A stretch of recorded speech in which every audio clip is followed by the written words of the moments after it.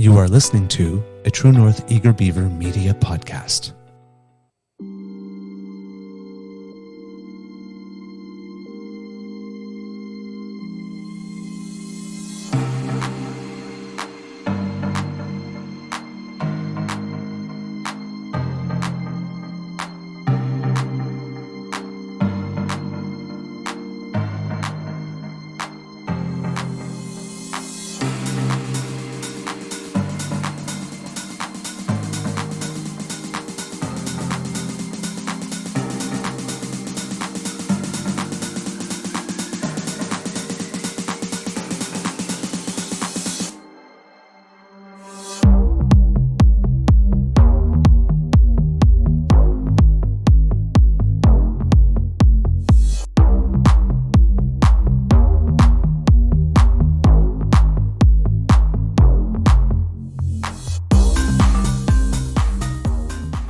The True North Eager Beaver podcasts are proudly brought to you by our founding sponsors, the Miss V Mysteries from Corvid Moon Publishing, your source for science fiction, fantasy, and cozy mysteries featuring a broad diversity of characters. CanadianTarot.com, your uniquely Canadian online eclectic tarot community and forum, and the Peppermaster, hot pepper sauces made from fresh farm ingredients to thrill your taste buds and expand your mind.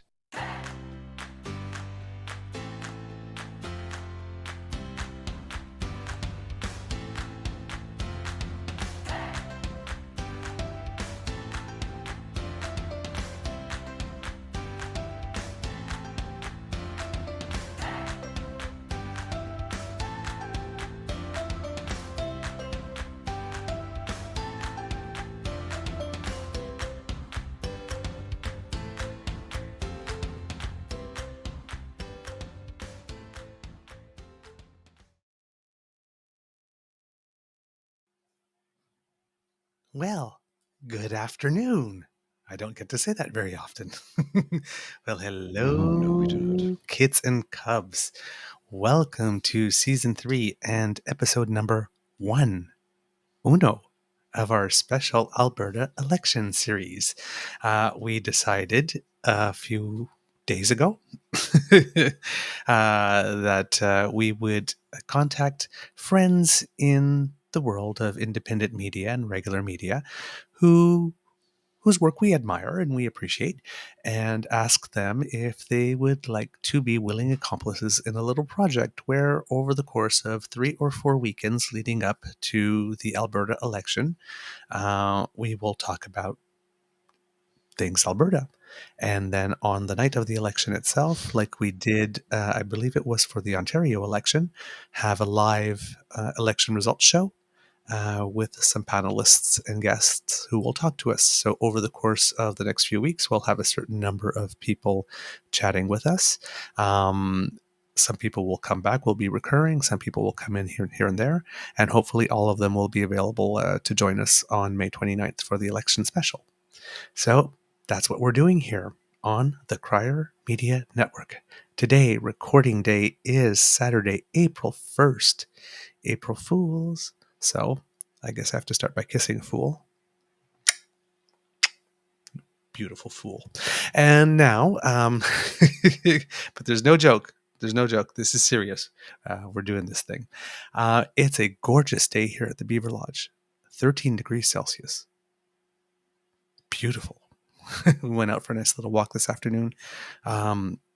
It feels like spring. You know, that difference in the sun where you feel the warmth on your skin and it's really nice, as opposed to, there's just a little bit of warmth in this cold, where it feels warm. That was going on today. And that's always a very, very pleasant feeling. I'm your host, the Eager Beaver, pronounced he, him, he, Mr. Beaver A. And with me, as always, is my dear friend, Mr. Grizzly. And, of course, a big thank you goes to our podcast's founding sponsors, the Peppermaster, the Miss V Mysteries from Corvid Moon Publishing, and CanadianTarot.com. Before we get to things Alberta, first, we must say hello to our good friend, my constant companion, my pal, my brother, Mr. Grizzly, and ask you, how's your mental health doing today? Well, hey, Mr. Beaver, good afternoon. And how's my mental health? Well, It's 5 o'clock on a Saturday. I'm on a podcast live, and I'm not in a pub, so I don't know. I'm very out of sorts right now. Okay, you're out It's of your 5 o'clock. I'm usually in the pub right now having a pint, right? Or we're doing a pubcast. But yeah, so I don't know what to think right now. I've been editing stuff all day long, so I literally I went out for a walk. I went to the corner store to grab a slice of pizza and a hot dog because I realized there was nothing in the house to eat because I haven't done groceries in a couple of days. Ooh, So hot dog and a pizza, and I just had a petite soda. What is yes. that? 250 milliliters. Okay. It's Good, all the good, good. sugar that I take. Yeah, yeah. So yeah, I'm fed. I'm watered, and now let's do this thing. Yep. I think I would be. I'm not sure if the match started yet, but I'd probably be watching curling right Oh, now. is it curling?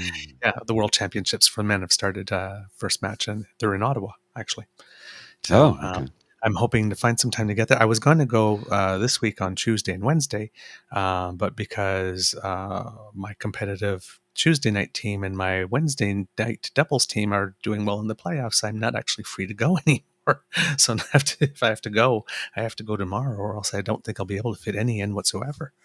Hmm. But there you go. Hello to the kids who have joined us: Kit Elaine, Kit Jim, and Kit Jim, Kit Jim M, and Jim J. At some point, we're going to have too many of so many names. It's going to be hard to keep them to say hello to everybody. And We'll Kit do the best Saucy, we of can. course. Oh, yes. It's always lovely to see you. Thank you very much for joining us. Today on the show, we will have 3 guests joining us. I don't know if we're going to have the luxury of having some overlap in this case because We'll of see. schedules. But we will be starting off with Nate Pike from the Breakdown Alberta. Um, We'll bring and him in just a minute. Yep, and then we will be continuing on with the good people from Albertastan Live. Um, I'm not going to do too much introduction in terms of what's going on in Alberta. We know that there's an election coming, and we know that this week there's been a lot of news, particularly about Danielle Smith, given that little video. But there's been lots of stuff before, right? There's been, for example, the arrest of John Carpe from that religious judicial group, Hmm. legal group, judicial Christian found. I don't remember the name of it off the top of my head. And then, of course, there was like the Tylenol thing, and then there was the Alberta sovereignty thing, and then there was all the gaffes coming out, and then there was her not running in Calgary elbow like she said that she would, and so there's been a lot. There's been a lot. You So could say why that. don't we just bring Nate in? I can do And that. yeah, we'll just get into it. All right. Hello, sir. Hey, how's it How are you going? doing? I'm doing Hey. fantastic, thank you. I gotta say, you guys have 2 of the most relaxing voices I think that I've heard on a podcast. I could just nap. We get told that a lot for some reason. I don't know what it It's is. oh, it's I mean, it's for him, I get it, but oh, it's I feel like I could just curl up in a ball. Well, then you'll oh, have to tune in Monday evening, 9 p.m. Eastern Standard Time, to my ASMR mental health chat. There we go. See? oh yeah, no, it gets silkier than this. I'll use a studio mic for that one. That's awesome. How you guys doing today? Very, very well. How are you? I am in a constant state of alarm living in the province of Mm, Alberta. I think is probably the best way to say it, as it's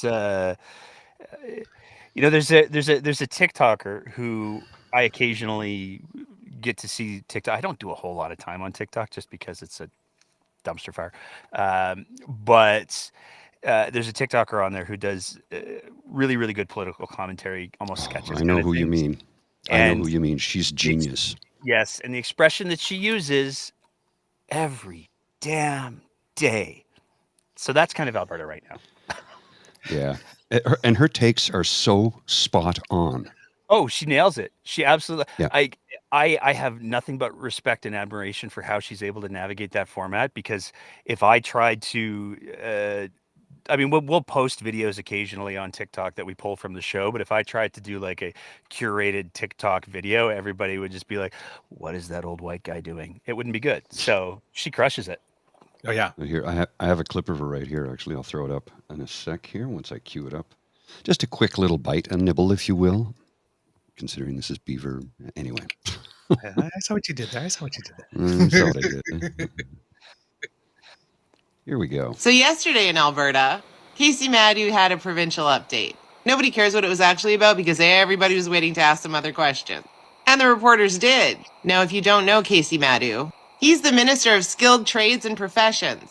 He's also the Deputy Premier. He used to be the Minister of Justice, but we'll get to that later. Now, obviously, there were lots of questions surrounding his boss and the Crown because of the words that came out of her mouth. But Casey defended his boss. Kinda. I know that Premier in the cliques that you guys are sharing talked about prosecution. But if you understand how our system works, and many of you in the media are very much aware of how our system is designed to work. But you are ignoring how the system is structured to work and focusing on Premier's reference to the word prosecutors and prosecution. The Premier cannot, let me be clear, the Premier or cabinet ministers have no mechanism to speak with prosecutors. We know all that, Casey. That's why it's an issue. I mean, the clips that you're saying are being shared are actually the words that came out her mouth. And she said it with such confidence, as she does regularly. Now, I know you were getting a little grumbly.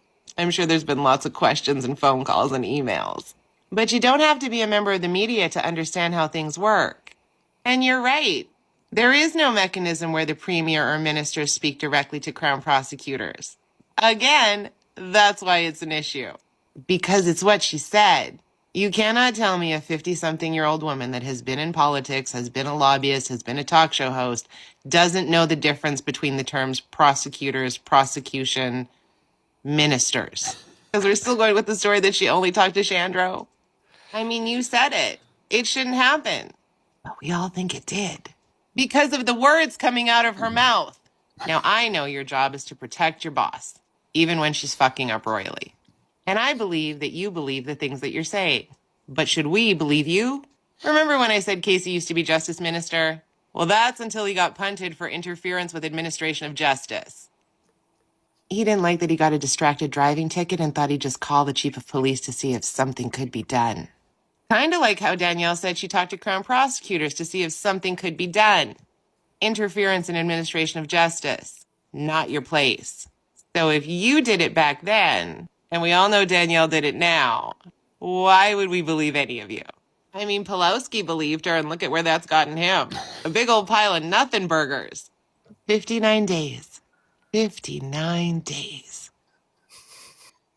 She's so damn good. She's very, very good at what she does. It's really great. Very, very good. But she sums it up really, really well because, Yeah. and I mean, even Madhu, it's funny. He was like, you guys keep focusing on the words. And even in that press conference, he used words in a way that was fascinating because he said, you know, the big question, I'm paraphrasing a little bit here, but the big question was, the big question that I ask myself is, do I believe that the premier acted appropriately?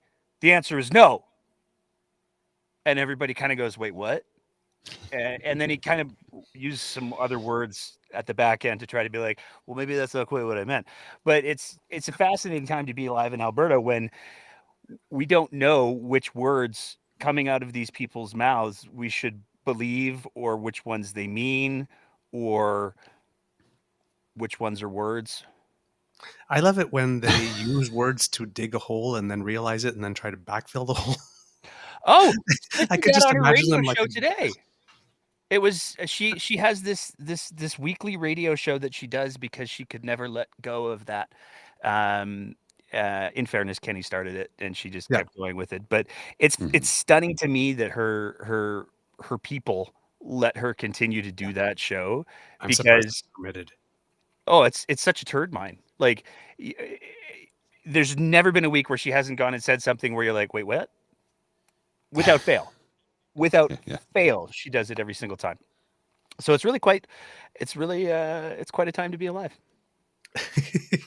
Now, I was watching your latest episode, and there were a couple things that were interesting. Like I liked that thing from Lisa because I'd seen it after we did our most recent show, and we were talking about Madhu, and and there's a lot of points that she makes, and we're not in Alberta, so we're like watching it from here, and it's like, okay, You've got the minimum safe distance thing going on. Yeah. but Yeah, but we're we not in got the Doug South. Ford though. Yeah, but We'd you still see, trade. yeah, they'll still trade because whenever Doug Ford has a beer, somebody in Alberta holds a keg. I Yeah. mean, That's it's a very been good way like to that put for the last 2 years. It's like I did this. Wait a minute. So, but Wish there that was was true. something. There's things that there's one thing that you mentioned that really caught my eye that we did not know and we did not catch, and it's when you mentioned that Pulowski's video had actually been published on his YouTube site, I think Mhm. 2 months prior to it actually coming to light. Yep. That's the report, he said cautiously, to Mm. avoid Okay. That's the report. trouble. Okay.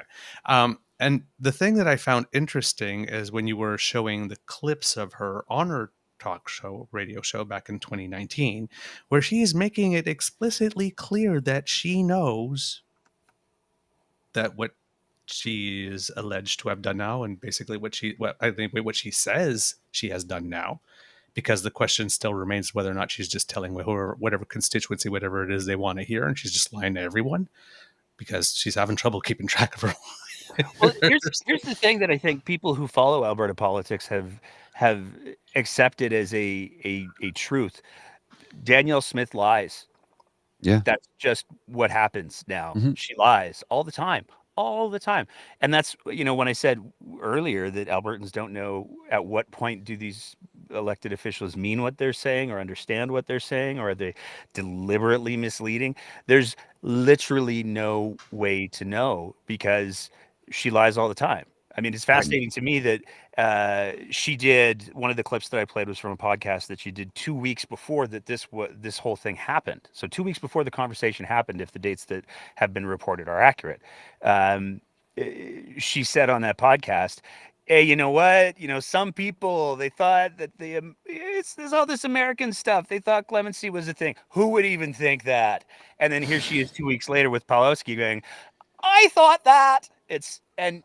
Well, not only I thought that I needed to consult somebody legally to tell me whether or not that was the case or not. When really And any then grade she 6 says, student could tell her. pardon? Any grade 6 student in Alberta could tell her. Right. Yeah. And then she says, I thought we had the same powers of clemency we had in the US. That's confusing. I'm 50-50 on whether or not she actually said that. I've listened to that a bunch of times, and I can hear she speaks so fast. Yes. I can hear a they and I can hear a we, and it's sort of like that. Is the dress blue or is it gold? Right. Gotcha. I don't want to pick one. Okay. So I mean, it's stupid no matter what. It's but how do you know? But it's like the point you made was a 50-year-old woman, in former leader of a party, MLA minister. Is it MNA or? No, it's an MLA. So she was It's an MLA. MLA. She was the leader of the opposition for a chunky years. Yeah. It's also worth noting that she had a career before then. So she did Right. quite a bit of advocacy and lobbying before her days as the Wild Rose leader, after her days as the Wild Rose leader. And the notion that somebody who has been immersed in the political system for 2 decades didn't know that we weren't the United States is something else. Yeah. It really is. It's either she's lying or there's some sort of organic process going on here. Right. Or goes to basic competence at this point. Yeah. Mm. Okay. You mentioned also in that you talked about there was a third person on that call. Yes. Right. I do not know this person at all. So this is you're about to get birded hard. Okay. Because let me get some water Yeah, here. you're gonna want to brace yourself. Perhaps a warm blanket. All right.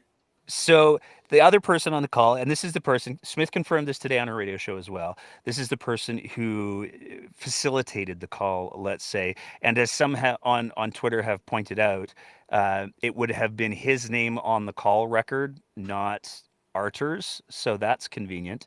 Mhm. But his name is Dr. Dennis Modry. I think we still call him doctor. I'm not sure because he's not actually licensed to practice medicine anymore.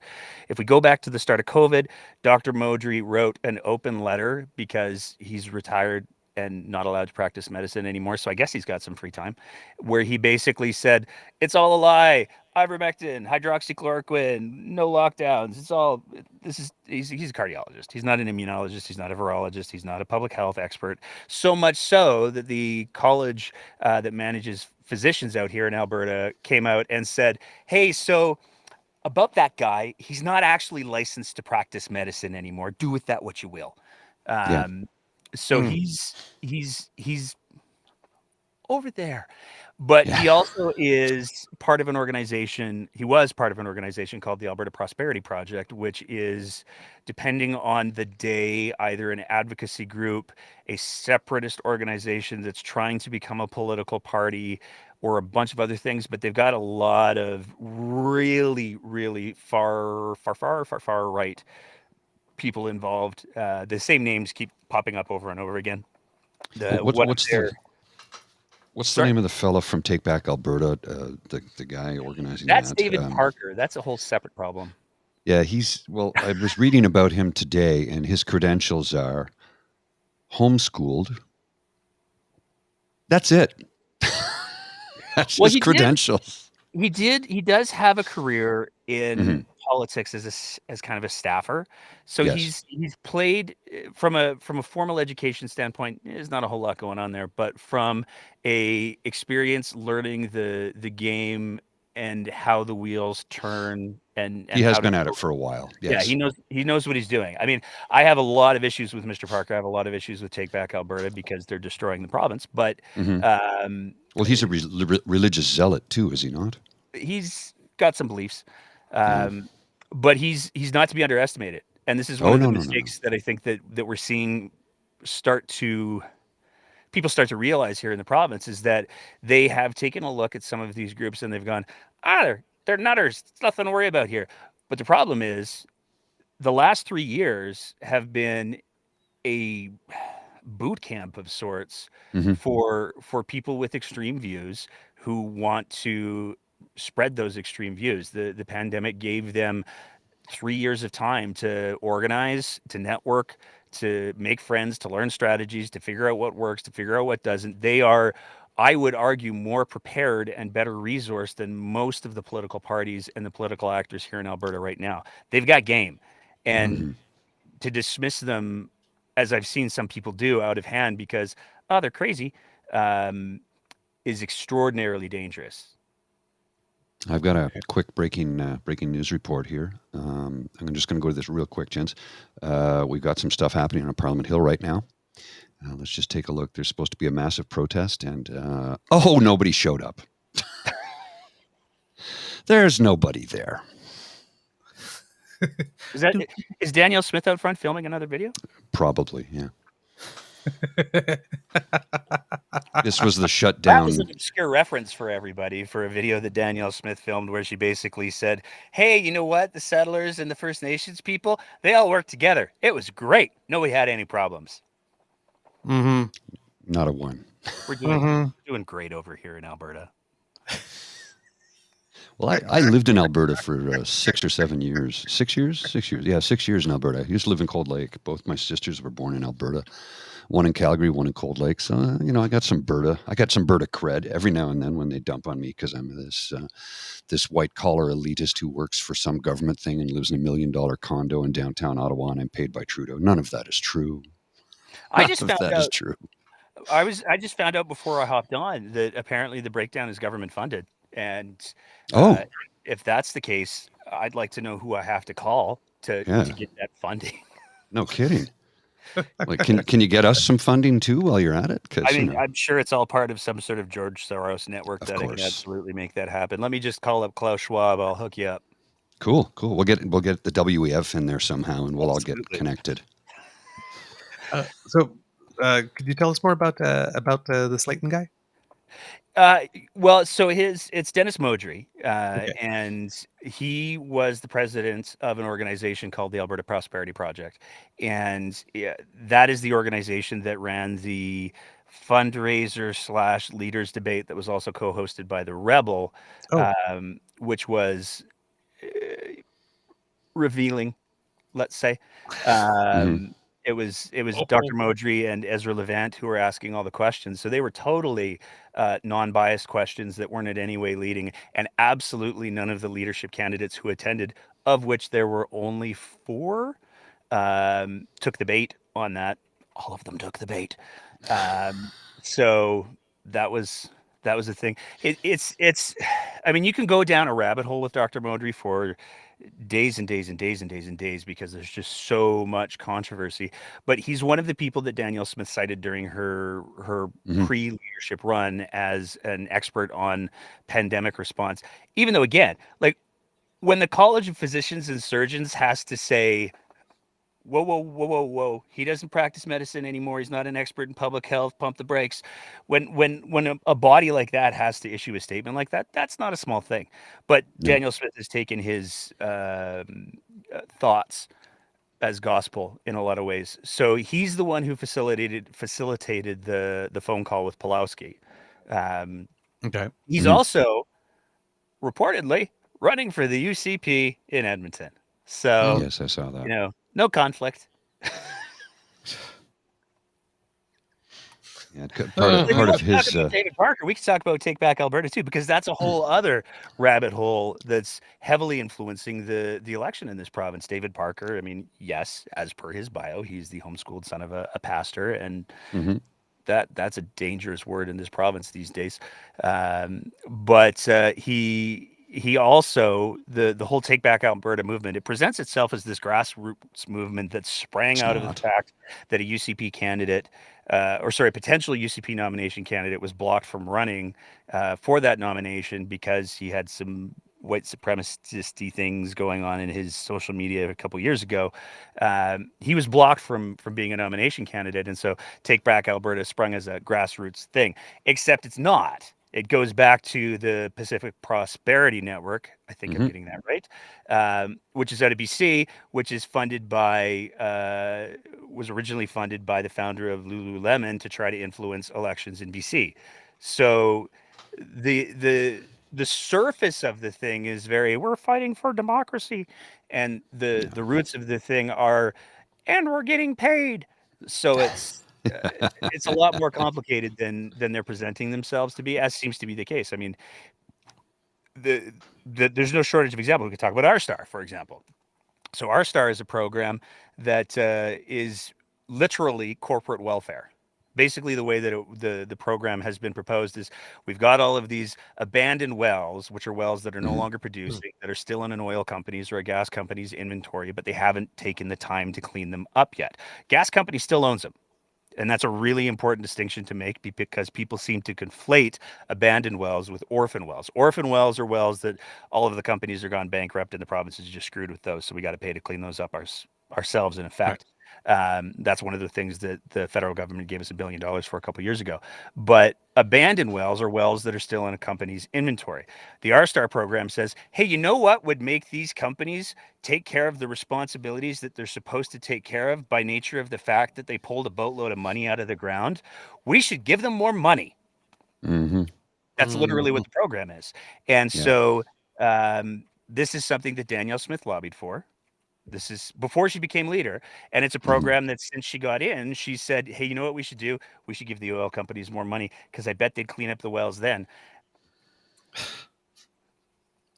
So it's just beyond disgusting. It's beyond disgusting when you consider there's homeless people on the streets of Edmonton and Calgary, the two biggest cities in the province, a large homeless population. And even though Calgary is a little further south and has a slightly milder winter, it still gets pretty bloody cold there in the wintertime. And she's giving billions of dollars to $1 billion companies to do what they're contractually supposed to do from the beginning. Well, the kicker is it's the disgusting. Really fun part is when you take a look at how the money from the feds came down, because like I said, the feds gave us like $1 billion. You can round that one way up or down. But they gave the feds gave Alberta this money and said, hey, how about you use this money to clean up some of your wells? And the oil and gas company said, you know what, we'll do that. And then they spent, and I'm pulling numbers out of the ether just to make an example here, they spent $250 million on cleaning up wells. But they only used the federal government money to clean that up, and all of the money that they would have normally spent of their own, well, we held on to that. So we'll use the taxpayer money to clean up our junk, but we're not going to use the money that we've made, because why would we? Exactly. So it doesn't become in addition to, it becomes in lieu of. Yeah, exactly. So we didn't, there was no, and they've done a couple reports. I think the Parkland Institute just recently did a report on this where they took a look at the number of wells that were cleaned up over that period of time. And despite the infusion of $1 billion, nothing changed. The same rate of cleanup occurred. Didn't a tailing pond just give way the other day? I might be incorrect on that. It's funny when you say the other day, because it actually happened almost a year ago. Was it a year ago? Wow. It only got public in the last like month and a half. It only came out that this thing has been leaking for a prolonged period of time. They just didn't want to talk about it. Gee, I wonder why. It's almost as if it's, it would really be problematic if there was, I don't know, like First Nations land that was up there, because why would First Nations folks have any sort of concerns about drinking water in Canada? Yeah, no kidding. They've never mentioned it before, like ever. That's not a problem. No. We don't have like this big national promise that we were going to try bring drinking water within 5 years. That the same part, well, the kissing cousins of the people who are doing this keep on using as a cudgel to beat the prime minister over the head with, because it's not done yet. Yeah. Forget about the whole global pandemic, right? Well, yes, because when we get to the provinces, then we forget that was about water. Yes. Yeah. Okay. So, I mean, for context, just in case anybody thought that I wasn't being wildly sarcastic, there's currently something like 34 drinking water advisories that still exist in First Nations across Canada. 73% of First Nations water systems are at high or medium risk of contamination.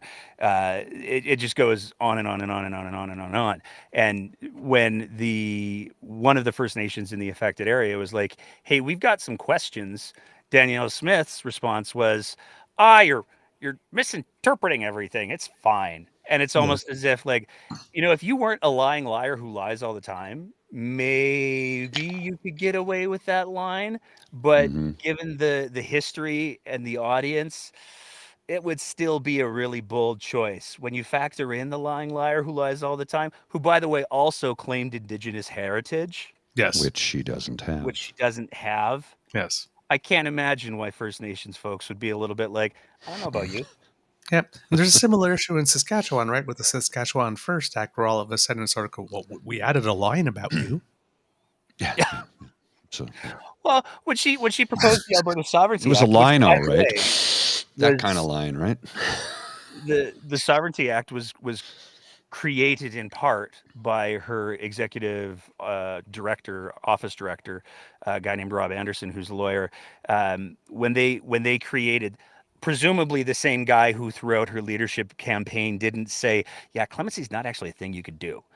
He just didn't mention that, I guess. He's her lawyer, but he let her run a whole campaign claiming that clemency was something that she could do, when in 2019 on her show she said it's something that can't be done. Yeah, pretty much. So he was the architect of the Alberta Sovereignty Act. He's that okay? So that's the guy. Yeah, when we talked about it. So yeah, he's the other player in this. Please tell us more about this Rob Anderson guy, because he seems to have his fingerprints on everything. He has his and Danny's history go back. So they first started playing together during the Great Double Floor Crossing of Alberta. I thought you were going to say Double Dutch. No.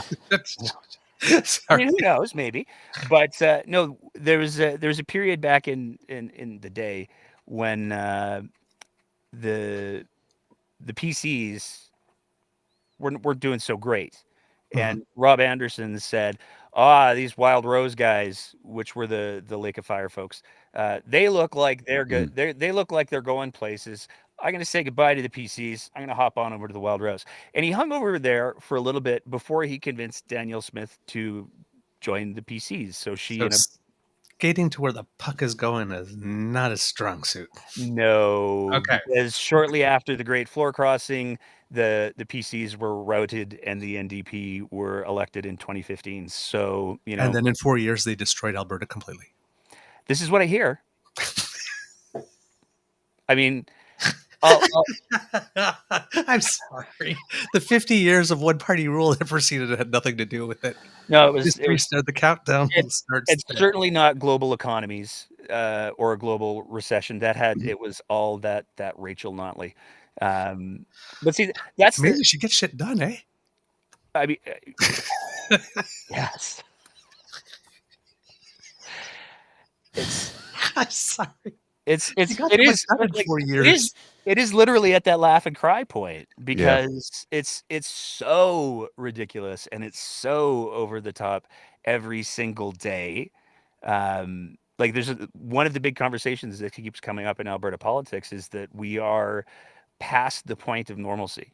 We are at the place now where there's no such thing as political norms anymore. It is quite remarkable that there was a candidate in Lethbridge West for the UCP who had some thoughts that she felt the need to share on video about things that aren't true. We might have gotten sent that video and maybe shared it a little. Yes. It got a couple of views.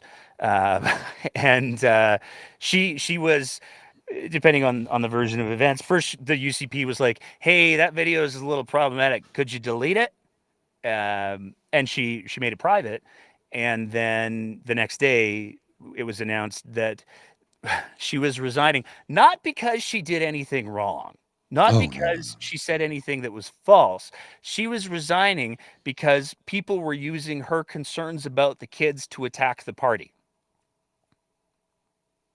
Yeah, we have a little video here, Mr. Grizzly. She took it down, but there is a news report from a Bridge City News that has a few elements from it. Announcing her formal resignation from the UCP Thursday. Lethbridge West candidate Tori Tanner is stepping down, stemming from claims she made in this video posted to social media. We as parents are in a unique position to protect the innocence of our children. Yet alarmingly, we are seeing increasing instances where kids, even those attending kindergarten, are being exposed to pornographic materials, or worse yet, having teachers help them change their gender identity. Tanner was vying for a seat in the Alberta legislature to represent Lethbridge. A statement from Tanner reads, during the nomination process, I made a video that at its core spoke to my commitment to protecting children.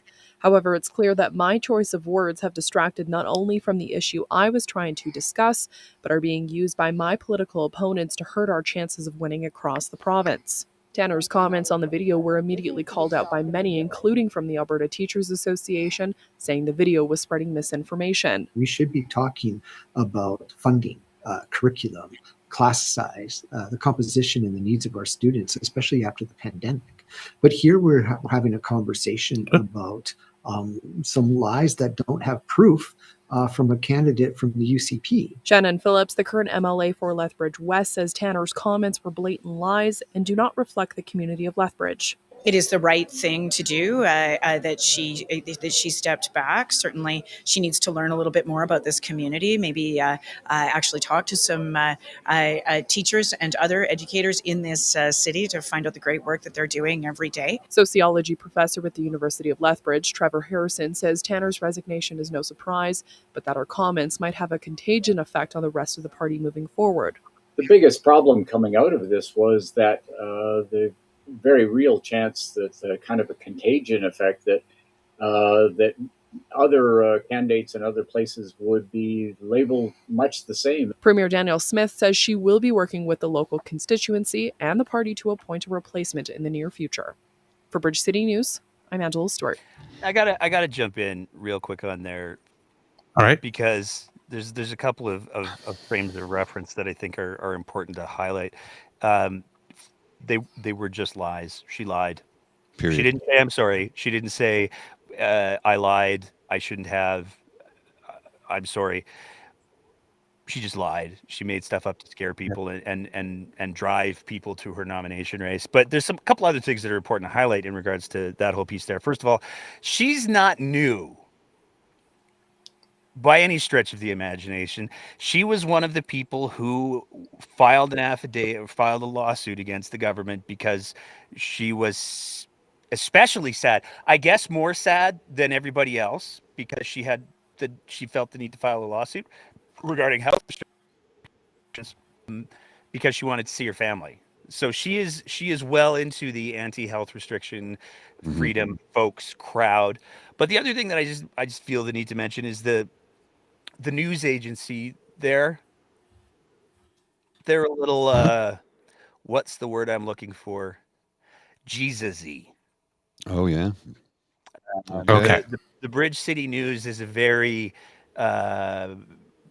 they wear their cross on their sleeve, let's say. Well, Gotcha. So I mean, that was probably some of the most balanced commentary that I've seen from the Bridge City News. But they're strong with the Lord. Okay, good to know. A little media literacy here.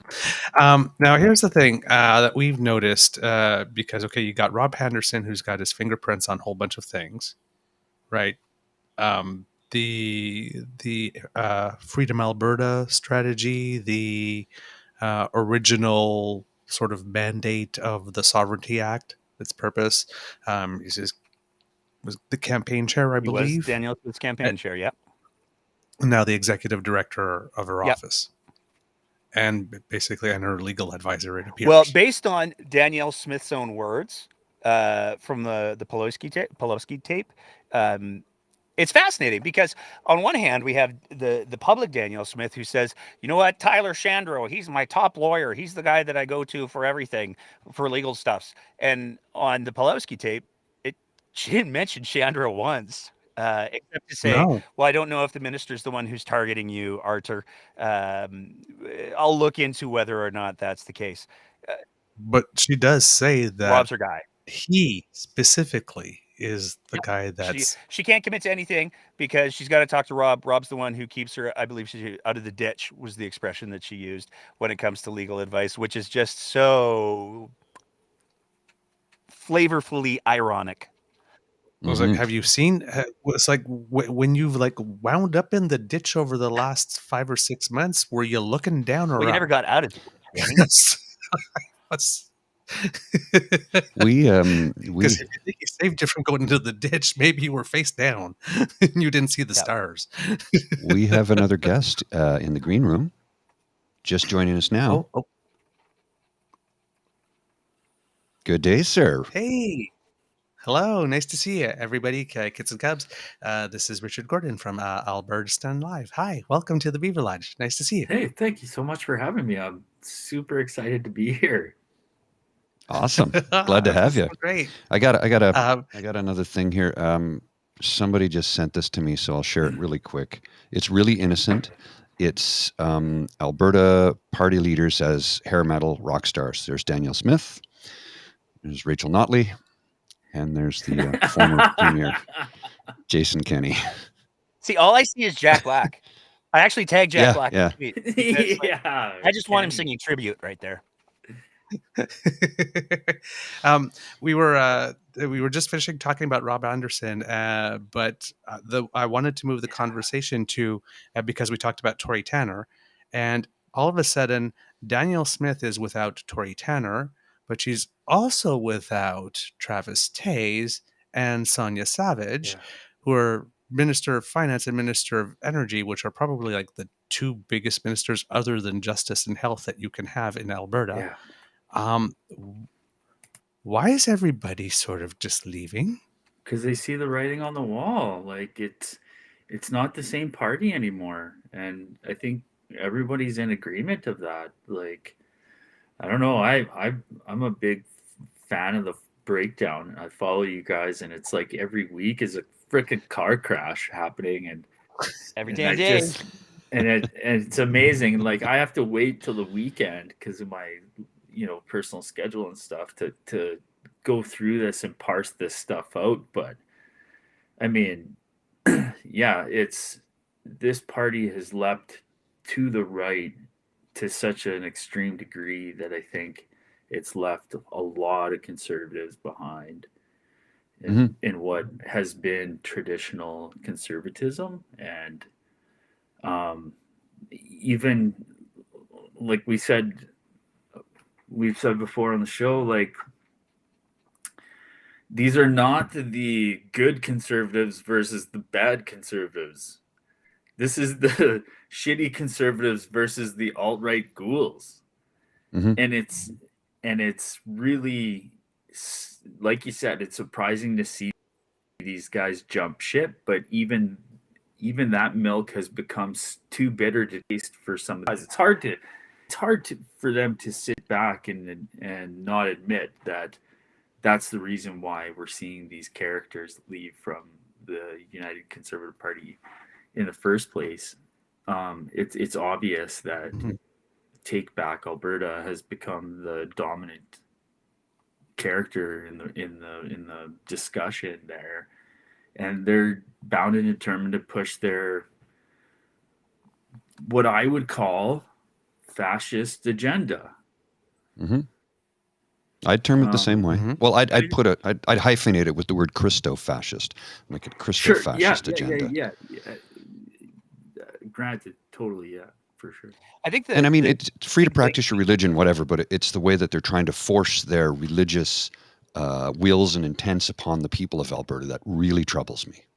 Sorry, Nate, I didn't mean to cut you off. Oh, no, it's cool. Yeah. I was just going to say, I think in order to understand the complexity of the situation, all you have to do is take a look at what the predictions are for the election. The overwhelming number of predictions seem to indicate that at most we're going to see a difference of 10 to 15 seats determining who's going to be the governing party and who's not. It's going to be a very, very, very tight race.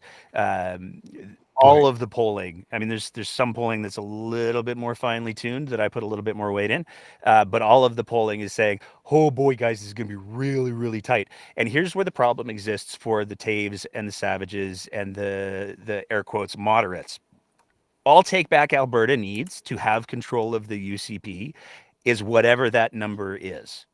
You don't need to control the whole party. All you need is 10 MLAs who are all playing on the same team. Jason Kenney was vulnerable during his last couple of years, and we saw that there was a group of renegade MLAs who came out and were like, we don't like COVID restrictions, and there's 15 of us. And Kenney went, okay, 67 minus 50, that's fine, because it wouldn't have forced him to lose government. But if we're talking about an election that's this close, everybody can read the writing on the wall that either Danielle Smith is going to lose this election and the NDP will win and, I don't want to be a part of that.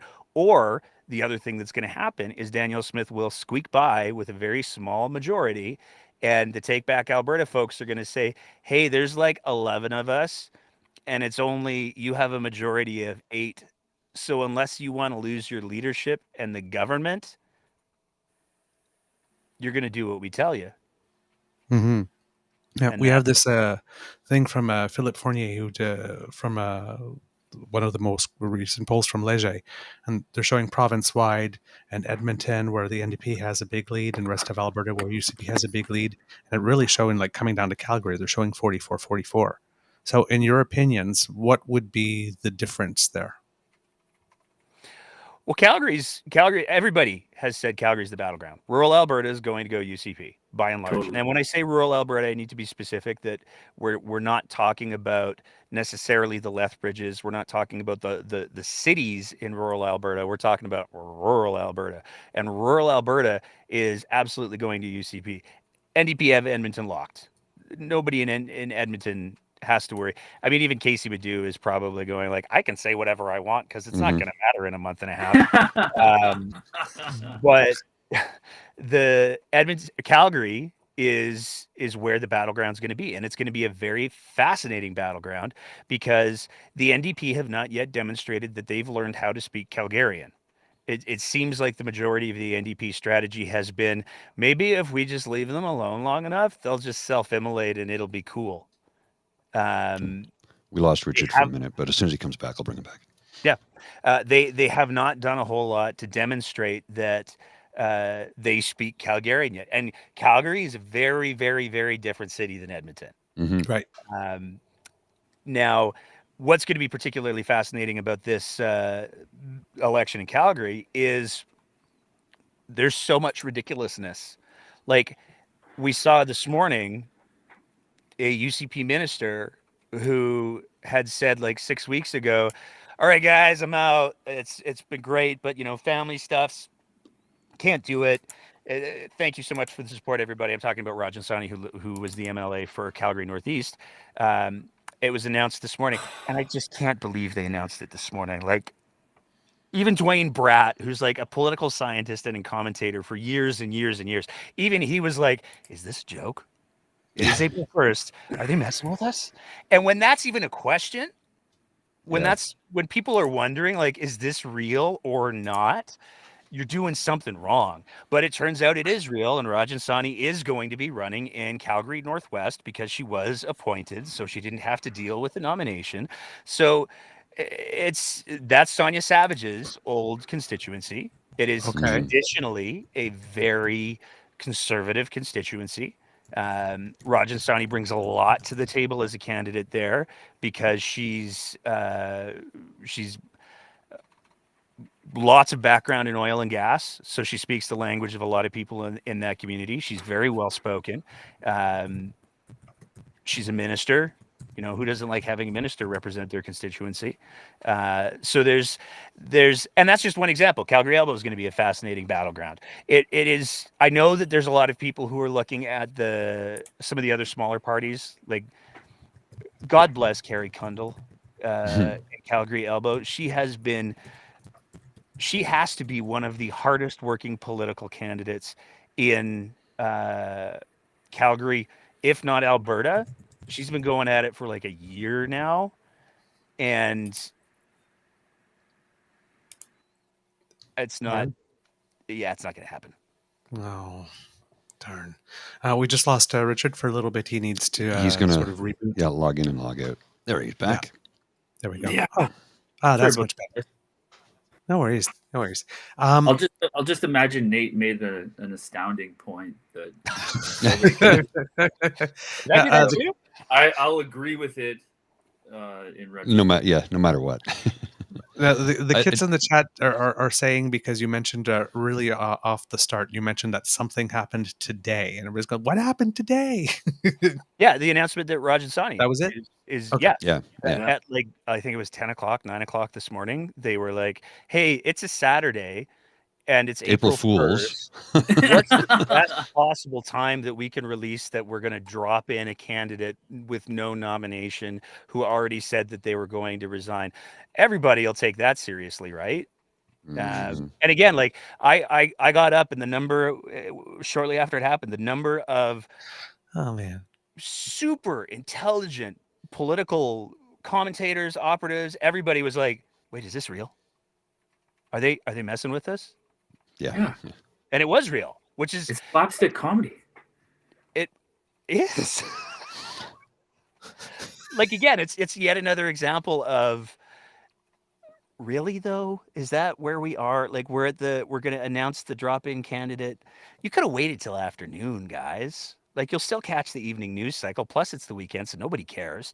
But like, you're going to drop it during. Everybody knows on April Fools, the jokes are only valid until noon, and then after noon, you can do whatever you want. It's got to be taken seriously, except apparently the people running UCP comms. Yeah. Yeah, it's beyond the pale. Sorry, I was just gonna say, every week you can't make it up. You really can't make it up. It just keeps coming, and it's like one train car piling into the next train car, and that's the party we have to deal with. Like, as progressives, we just I mean, I've let me just take a step back and like when we started this, we were really like adamantly far left and whatever. And as you go through your sort of political development, you sort of come to the realization that at some point, you're taking on a centrist position to a certain degree with a progressive aspect, because you start to realize how things function and that. But like, I find myself over time moving further and further to the left as these parties keep moving further and further to the right. Yeah. And at what point, does the public sort of separate from that? Like we've seen in Alberta, and we talk about this a lot on the show, the tenacity for Alberta rural voters to take a punch in the face for either ideology or just for sake of party. And it leaves me, wanting much better for my province, but at the same time I'm astounded at just how much of a beating the average Albertan voter is willing to withstand. Yeah. Just constantly voting against their own best interest too. It's I don't get it. Challenge that a little bit, and I'll, if I can explain why. The reason why I would challenge that is because one of the problems that exists in Alberta politics is the difference in culture that exists between rural Alberta and urban Alberta. Sure. Really can't be overstated. I grew up in northern Alberta, rural Alberta, and the trick of it is that there's there's been baked into Alberta from pretty much its inception as a province, a tremendous distrust of the feds. And that is a cultural thing that has been handed down from generation to generation to generation to generation. And one of the other problems that you run into with it is the provincial governing parties for 44 years prior to the NDP did an exemplary job of making sure that the average Albertan was heard over and over. Equalization payments. Why are we still paying equalization payments? And anybody who drills down into that issue knows you don't make equalization payments, you receive them.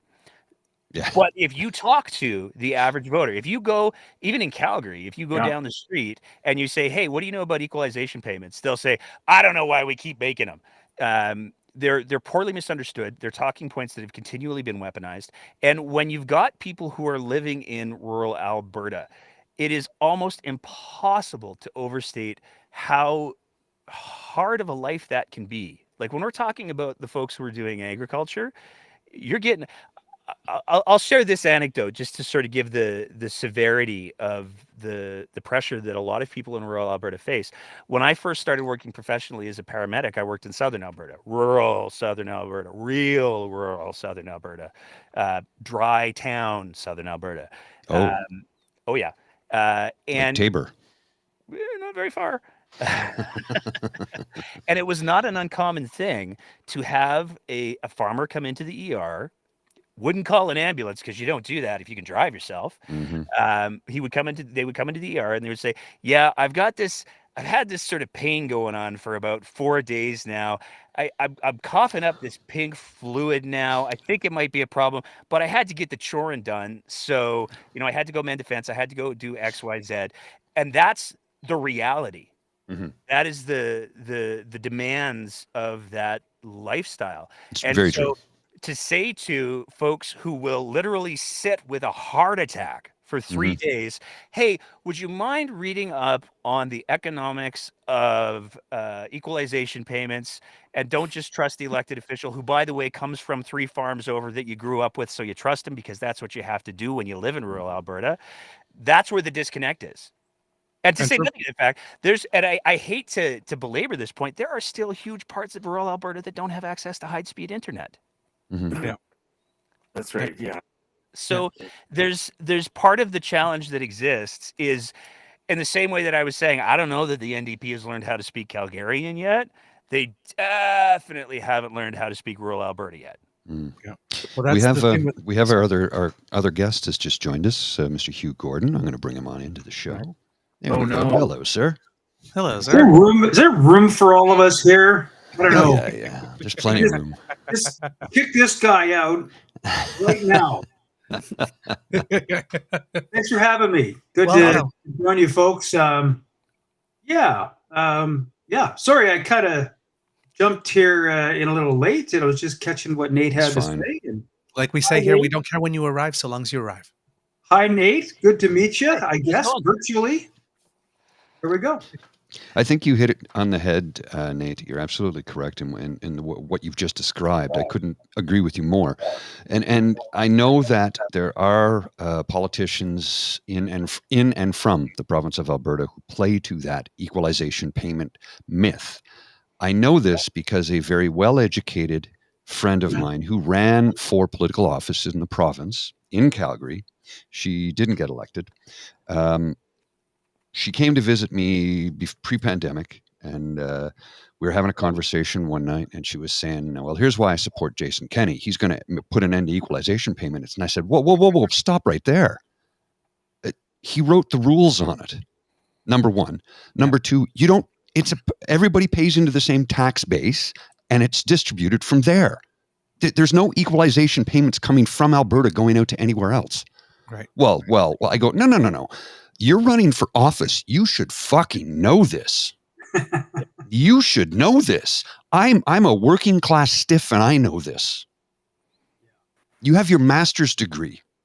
You're running for political office in the province of Alberta as an MLA. You should fucking know this. Especially since equalization is a big issue. And it's what you're mentioning. I think what you're saying is, we've mentioned this on the show, is that mythology is tough to beat. You have people that have been, it's like Palmolive, they've been soaking in it for years.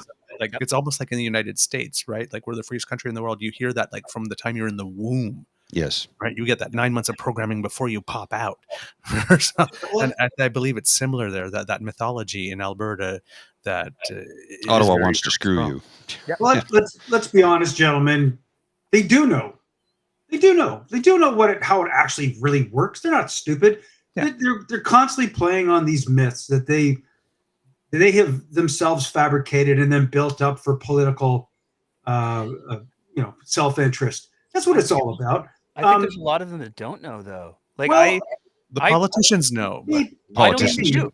I don't think they do. Honestly, I don't think a lot of maybe now, because it's been so diluted. Another pointless anecdote. I made the mistake of running in 2019. We all make mistakes. I think it's important that we own them. Like Ralph Klein would do.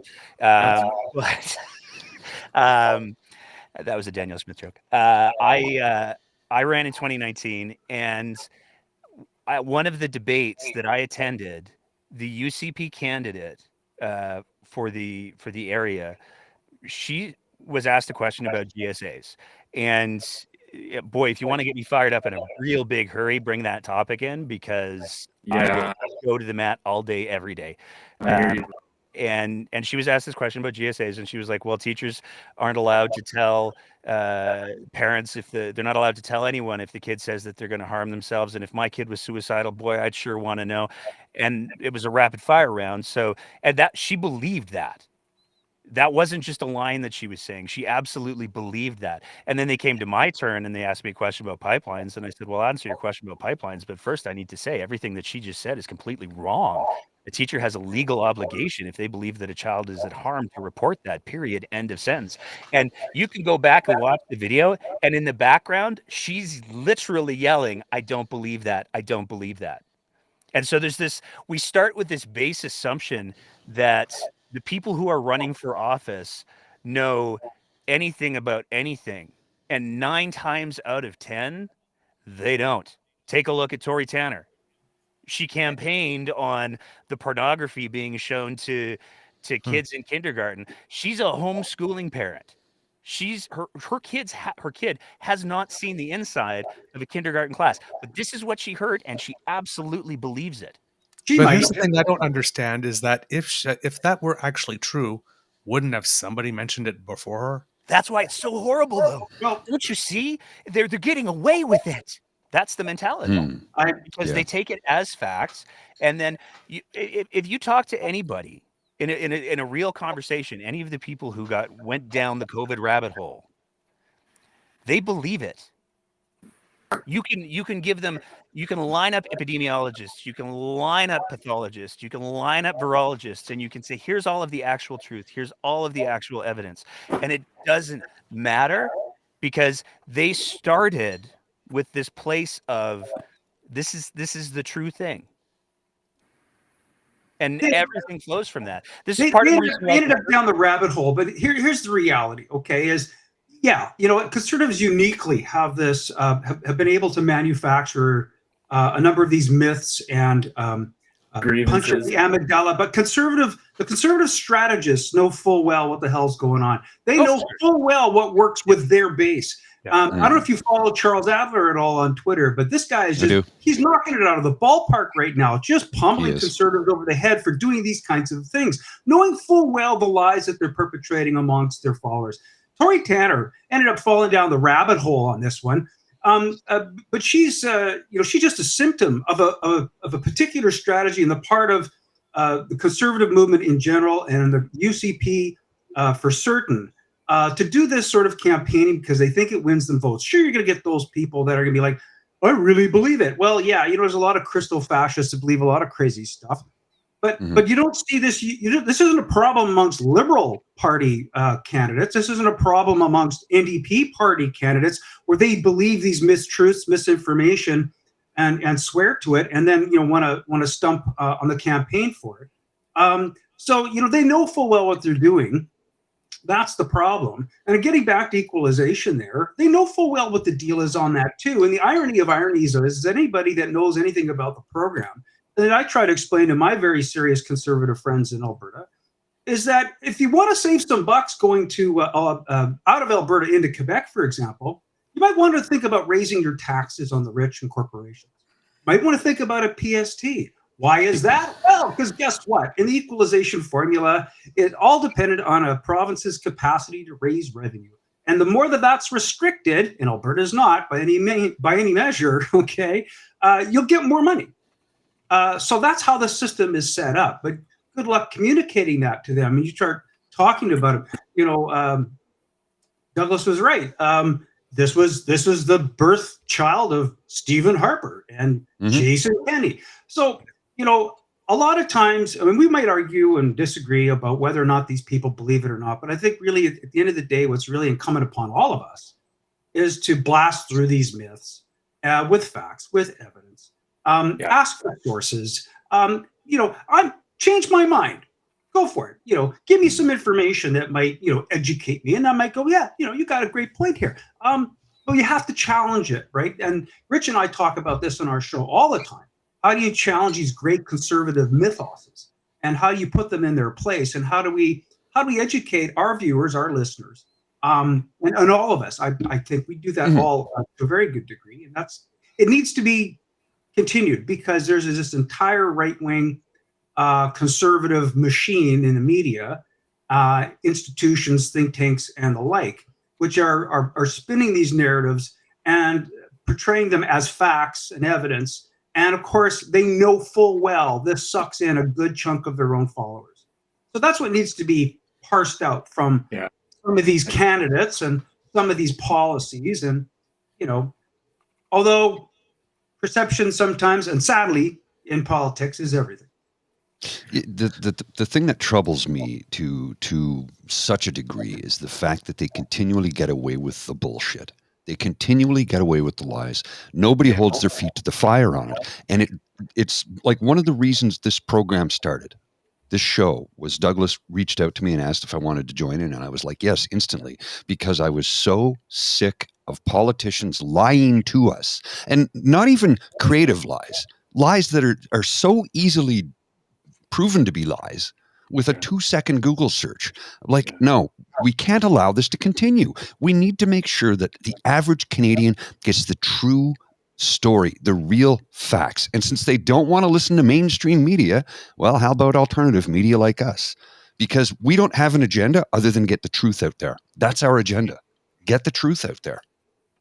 One quick point on this that really needs to be, it's got to be taken more seriously. We see the federal government with C11 trying to like do this little dance around how to handle social media and misinformation online and hold all these big social media companies feet to the fire. But the issue is bigger than that. We don't really have like a fairness in broadcasting or fairness in journalism act. We don't have the fairness doctrine like they used to have in the United States. It came to an end under Reagan. And this is really, the natural consequence of not ensuring or taking some steps to ensure that the truth matters. And so that's really the tough part. And more of that needs to be done. And we lament all the time, Rich and I, about post media and the Sun chain. And they put these twerps like Gunter and Bell and Lilly, and the list goes on. These guys just continually get recycled and regurgitated amongst these right-wing media outlets. But they put these guys' opinion on the headlines of the front page and pretend that they're facts. Yes, and that's troublesome. Another serious issue. But yeah, for sure. Like, how do we get to the truth? And we're talking about supporting, journalism, and I think it needs to be supported, but not opinion. And I think the real question is, how do you fight that? And good question. It's a good point. I just wanted to chirp in if I could. But Max Fawcett makes this great point about this, that a lot of this stems from the change of revenue generating that these parties used to do. So before, they used to get per capita votes, money from votes towards their party to help them run campaigns, and now they're completely dependent upon, as changed by the Harper era, they're completely dependent upon the social media to run most of their campaigns. And how do they do that? It's through the rage click. And this is this culture that we're dealing with all the time. We talk about the attacks on I think you got an echo. We talk about the attack on the amygdala, about the generation of fear, and we're seeing it being echoed here with Tanner, that lady's video that was just completely an attack on the LGBT community and teachers. This culture of privatization that's entered Alberta politics for our school systems and that type of thing. So I think a lot of this has to do with our wrangling of social media in the province, not in the province, but in the country, and getting a handle on these guys and their spreading of alt-right propaganda that we see. Like, most of these guys who are lashing out and becoming violent, their Facebook feed is primarily driving a lot of this content that they're exposed to.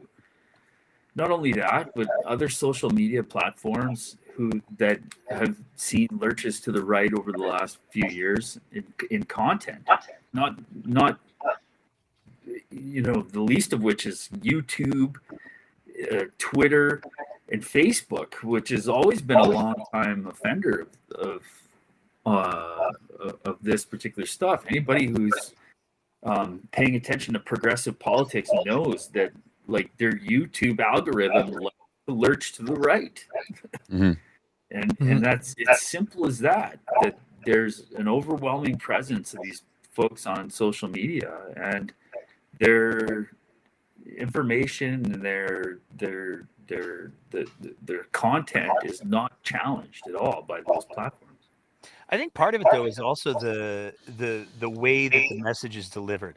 Like, if you juxtapose if you boil it down to its core, what is conservative media messaging saying? And at the end of the day, what they're saying is, it's not your fault. All of these things that are happening, it's not your fault. You take a look at what progressive media tends to say, and it is, well, here's everything you're doing wrong. You're not recycling enough. You're not being green enough. You're not being active enough. You're not XYZ enough. And that makes it a lot harder for people to be engaged in. But the other big advantage that I see that the conservatives, air quotes, and I got to be clear again, like a lot of these people who are portraying themselves to be conservatives, I would not call conservatives. I go back to this all the time on the show. My grandfather was both of my grandparents were grandfathers were heavily involved in politics. They would absolutely have identified as conservatives. And if they took a look at what's passing for conservatism in the province of Alberta right now, they would stare at it like a dog just shown a card trick. Like it doesn't in any way look like what conservatism used to be. But the big difference between conservatives and progressives is conservatives can choose their blind spots. Danielle Smith can hang out with Artur Pawlowski. She can hang out with David Parker because it's politically expedient and it moves the movement forward. Progressives will light their hair on fire and fracture at the earliest opportunity all day, every day, period, full stop.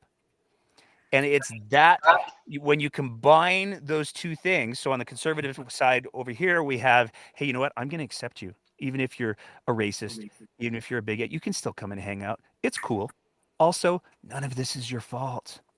And you juxtapose that with, hey, everything's fucked and we're all responsible for it.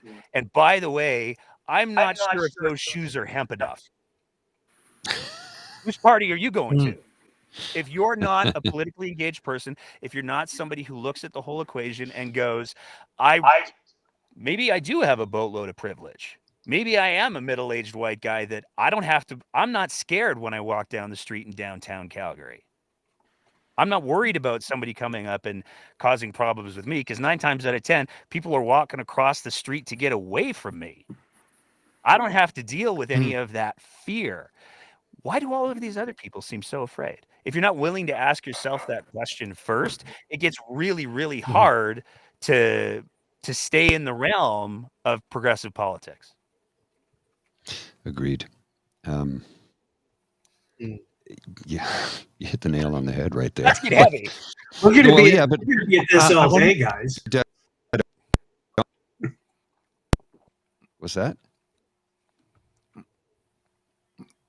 think we lost you there for a sec. You kind of froze for a bit, so we don't know I what you were froze? saying. Go figure. Yeah. No, Paul did. Oh, okay. Oh, I was just about to say that you're absolutely right that it's not a conservative movement. It's a Christo-fascist movement. And people don't like it when I say that. And I'm like, well, you don't have to like it. It's a fact. Because they're heavily bringing in their fervent, extremely bizarre religious beliefs. And I say bizarre because it doesn't follow any typical Christian doctrine of any way, shape, or form, because it's filled with hate. And if you actually ever, went to church and listened to the word of Jesus, and I'm not getting preachy here, but, I was raised a Catholic lad. Jesus accepted everybody and preached love. So why are these people going on about preaching so much hate and divisiveness and think they can bring it into politics and that we're just going to accept what they tell us? They think how I should be living my life. Then they'll go on about the Canadian Charter of Rights and Freedoms, but they've clearly never read the damn thing. And if they have, they clearly didn't understand it. It's Republican Jesus now, by the way. Yeah. Republican Jesus. Yeah. Gotta love that YouTube video. This is a line of thought that Rich and I have. Maybe we haven't talked as much about it on the show, but we certainly talk about it in between shows and planning for shows. And kind of what you're touching on there, Nate, too, is what is conservative? What does it mean anymore? And if you think about all the significant pillars of conservatism we've been force-fed for the last 30, 40 years now. What has it been? It's been, the destruction of the union movement, the lowering of the minimum wage, suppressing of wages. It's about lowering of taxes on the wealthy and corporations. It's about programs of severe austerity and these free trade agreements, which are not about trade, or about movement of capital and profits out of the country and your community. And you take a look at all of these policies that they have, thrust Canada, the United States, the rest of the world, Western economies, thrown them all into kind of chaos with these policies. Now we're starting to see, late stage capitalism, a few major crises. And now what's the response? What's their policies? Like, they're running out of ideas. And what is Pierre Poilievre's only idea right now to deal with problems? Cut government spending, lower taxes. People aren't stupid. Like the walk on Wall Street, right? What was that called? Occupy Wall Street. Thank you. Sorry, my bad. These things still reverberate with people. The 2008 mortgage lending crisis, the meltdown across the world. What's happened recently with COVID, and how corporations and the rich made out like bandits, but you and I, Joe and Jane Lunchbucket, didn't. What policies have these guys got? And what they're finding is these things don't have traction with the broader public anymore. Like, you want to blame Trudeau for all your problems, but you do the polling and people are like, yeah, like, he's better than the alternative. Why? Because at least he's trying to address some of these issues in a way that doesn't involve favors and subsidies to corporate friends and severe austerity programs, which work anyways. Only hurt the poor. Right. And so all we have left now are these issues of, and we'll call it, they're playing identity politics now, but it's negative identity politics. So they're looking for the boogeyman. They're looking for that scarecrow, and they're trying to scare people into their camp now, or keep them from scurrying away. And I think they're a terribly divided house. And Dwayne Bratt, I don't know if you know Dwayne Bratt, political scientist. Dwayne's awesome. He talks about this. Yeah, he talks about this all the time. One day, maybe he'll care enough to come on our show.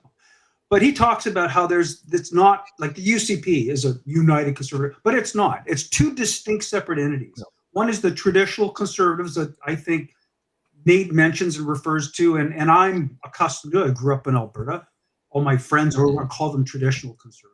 Then you've got these Christo-fascist, right-wing, alt-wing, extremist, white supremacist faction that is fallen into the conservative camp through false populism, right? And negative identity politics. And that's all that they have left. So you got guys like Poilievre, ladies like, I'll call her Smith, that are trolling for these votes. What they don't understand is they are kneecapping their chances with the broader electorate because they don't think that.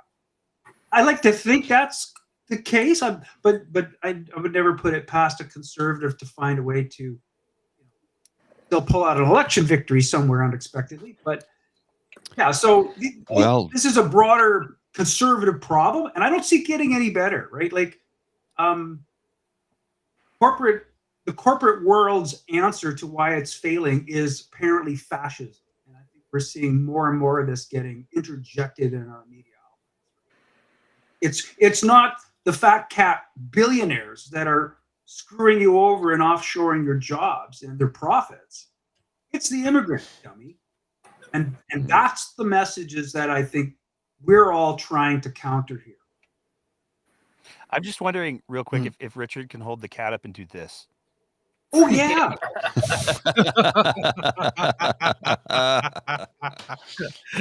To our listeners who are not watching, we've had a bit of a special guest.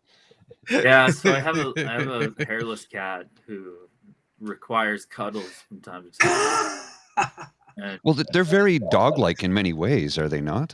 That's what I've been told. Yeah, he's a real stinker, man. He's just a monster. Just devours food and attention, and yeah, he's something else. Sorry about that interruption, but that's never be a high point of my day right there. I gotta shave my head next. Exactly. There you go. Exactly. Yeah. You got a ready-made Halloween costume, man.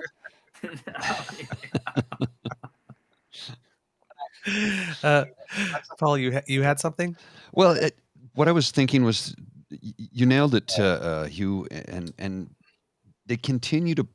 Not only do they continue to punch down and blame refugees and immigrants that come to this country or just trying to get a better lot in life, but the fact that they continue nonstop to just continually point the finger of blame at the wrong person. They will take things that are provincial matters, provincial jurisdictions, and Poilievre, all he ever does is blame Trudeau for everything. Inflation, Justin Trudeau. Housing issues, Justin Trudeau. Rent control, Justin Trudeau. The airport lineups, Justin Trudeau. Remove the gatekeepers. Justin Trudeau's a gatekeeper. It's like, dude, you can't even get a goddamn story straight. To begin with, you say you want to cut taxes so people can bring home powerful paychecks, whatever the hell that means. Number one. And number two, you 1 minute you want to talk about nationalizing the grocery chains and the airlines, but you want to get rid of the gatekeepers. So which is it? It can't be both. And oh, by the way, none of that falls under the jurisdiction of the Prime Minister of Canada. None of it. Not a lick of it. And it drives me out of my mind that he continues to spew this absolute bullshit like a sprinkler daily and never is held to task for it. Never. And I mean, he rarely takes a question from a reporter that can actually ask a question. And when they do, I don't know if you saw the way he spoke down to a reporter the other day when she asked him, would he destroy the dental program if he was elected prime minister? Because it was, Jesus, I wanted to smack the shit out of that smug little prick. Sorry, I don't mean to get rude and vulgar, but I want to. I'm not going to. Wanting to do something and actually doing it, remember, are two very distinctly different things. I want $1 million. I'm not about to get it either. So, So, Douglas, you had a point, sir. Yeah.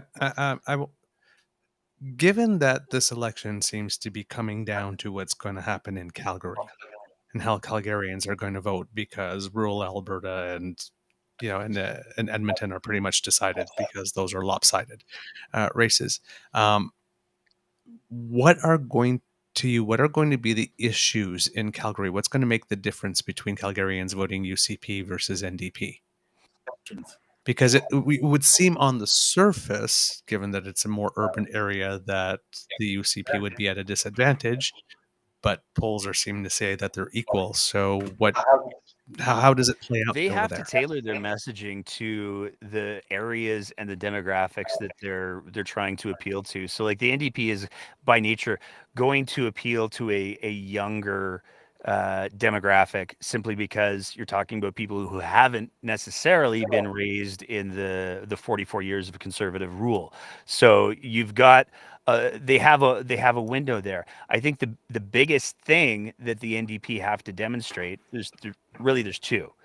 So the first one is they have to demonstrate that, hey, so I know that everybody's saying that we trashed the economy in 4 years and we ruined everything and lit it all on fire.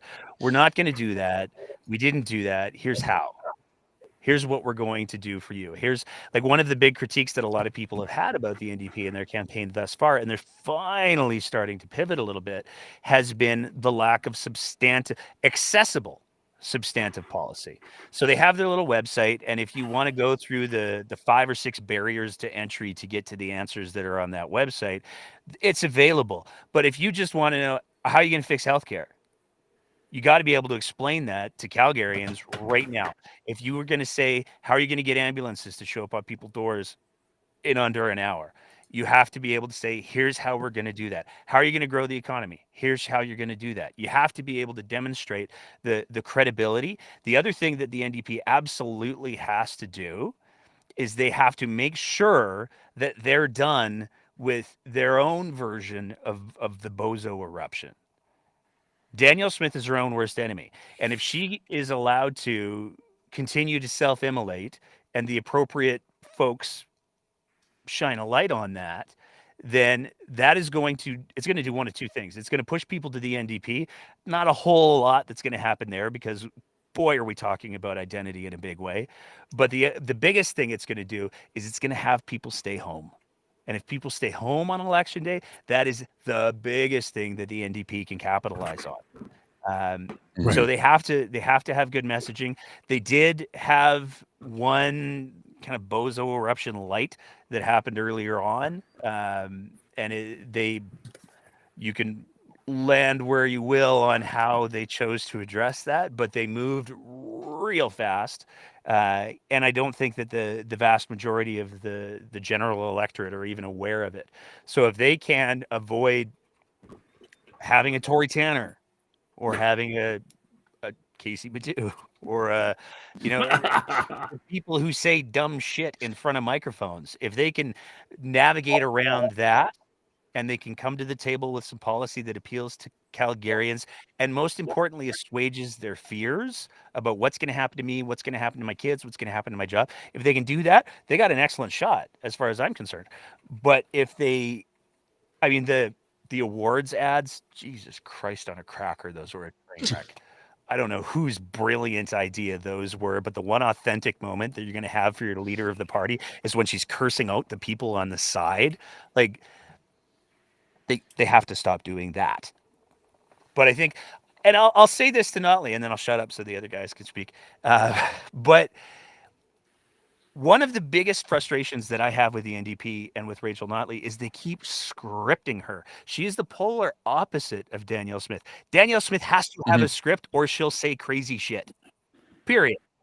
Right. Rachel Notley can't read a script without sounding like she's doing some kind of bad voiceover work. It comes off as insincere. It comes off as dry. They've got to, I hate to steal a phrase from my very favorite TV show, but they've got to let Notley be Notley. And if they do that, then you got a race. Well, and she doesn't need a script. No, she doesn't at all. She's smart. Absolutely. She can respond to any question better than I can, obviously. But it's like, don't give her the script. Let her go off script because that's when she's doing her best. Absolutely. The problem that Rachel Notley has is that people don't trust her because of the narrative that was manufactured. And I'm the first to say Rachel Notley does not control the global economy nor the global energy market. So whatever. But that exists. There is a distrust. And when the presentation of Rachel Notley is the scripted, curated Rachel Notley and it comes off as insincere, the visceral reaction from people is, I don't know if I trust that. If you let Rachel Notley speak as Rachel Notley, you got a game on your hands. And to answer the question that's going on in the chat, yes, it was the Oscars and the Junos. The joke's so funny, it wasn't that funny. They told it twice. Yeah. There's a number of I don't know if can you guys hear me okay? Oh yeah. Yeah. Okay, sorry, it just shows my host muted. But that's okay. No, it's because we were getting an echo from you, so I'll pay attention. Don't worry. And maybe it's just because I talk too damn loud. I'm sorry. I'll keep it down. How's that? It's a real. It's going to be an interesting election. I grew up in Alberta, where a toaster oven, if it called itself a conservative, could get elected, and to some degree that still remains true in parts of the province. I mean, literally, a toaster oven, like. That's the choice. That's who's going to get in, but I don't think it's that way anymore. And I think there are some subtle signs of that leading up before the NDP's majority. I think it's going to be another marker, I think, in the maturation of Alberta politics, where it gets away from this solid blue type of voting mentality. And a lot of progressives are already getting nervous about, well, Notley's not doing this, or they're not being aggressive enough. Like, hell, man, the campaign hasn't even started. I will take some issue with what Nate said about her legacy and the way it's trying to be portrayed. There was a poll done, and I can't recall who it was, if it was Leger or one of the other larger ones. They actually did a poll and it was just this year, about what Albertans thought about the 4 years the NDP got. And something like 56% of respondents said, not bad, not bad. The UCP knows full well that Smith has a terrific credibility problem in the city of Calgary. And she's pretty much admitted to that. In the first instance, not calling the by-election in Calgary elbow, certainly not going to call it in Calgary Lougheed when Kenny resigned, right? And literally telling everybody what her plan was. I'm going to run in rural Alberta because I've got a safe seat. And I'm just going to win all those seats, and maybe we'll get a few in Calgary. Not to mention that this last huge spending election-style budget that they put out went over like a lead balloon in Calgary. And I can't say I know all of the particulars of the budget.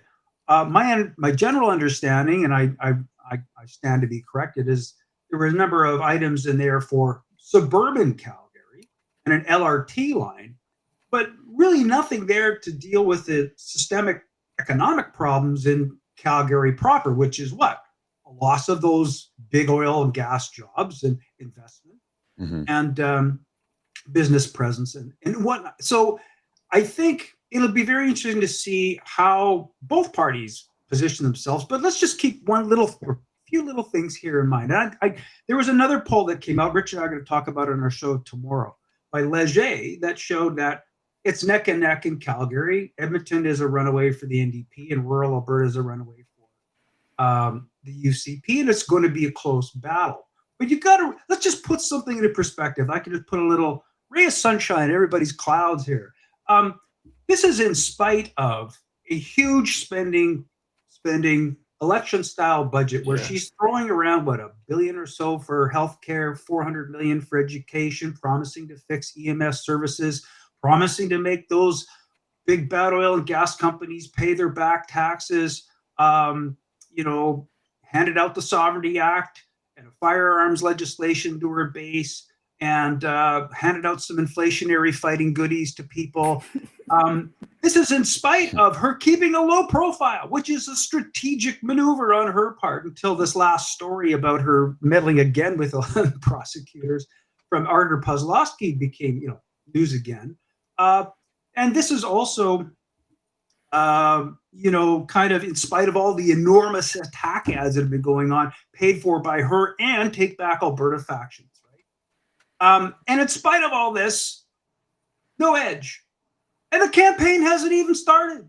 Not only hasn't even told anybody what she's really, what her policy platform is going to be. Here's the goodies she has mentioned a few things.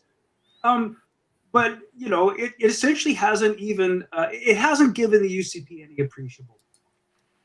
And this is the 30,000-foot view I want to like everybody to take away from it. And so you got to be wondering, if you're a strategist for the UCP and for Smith, and forget what happened about the recording about her meddling with prosecutions, which is going to come back, by the way. I predicted it, and it's going to come back yet again. Someone's actually going to show the email.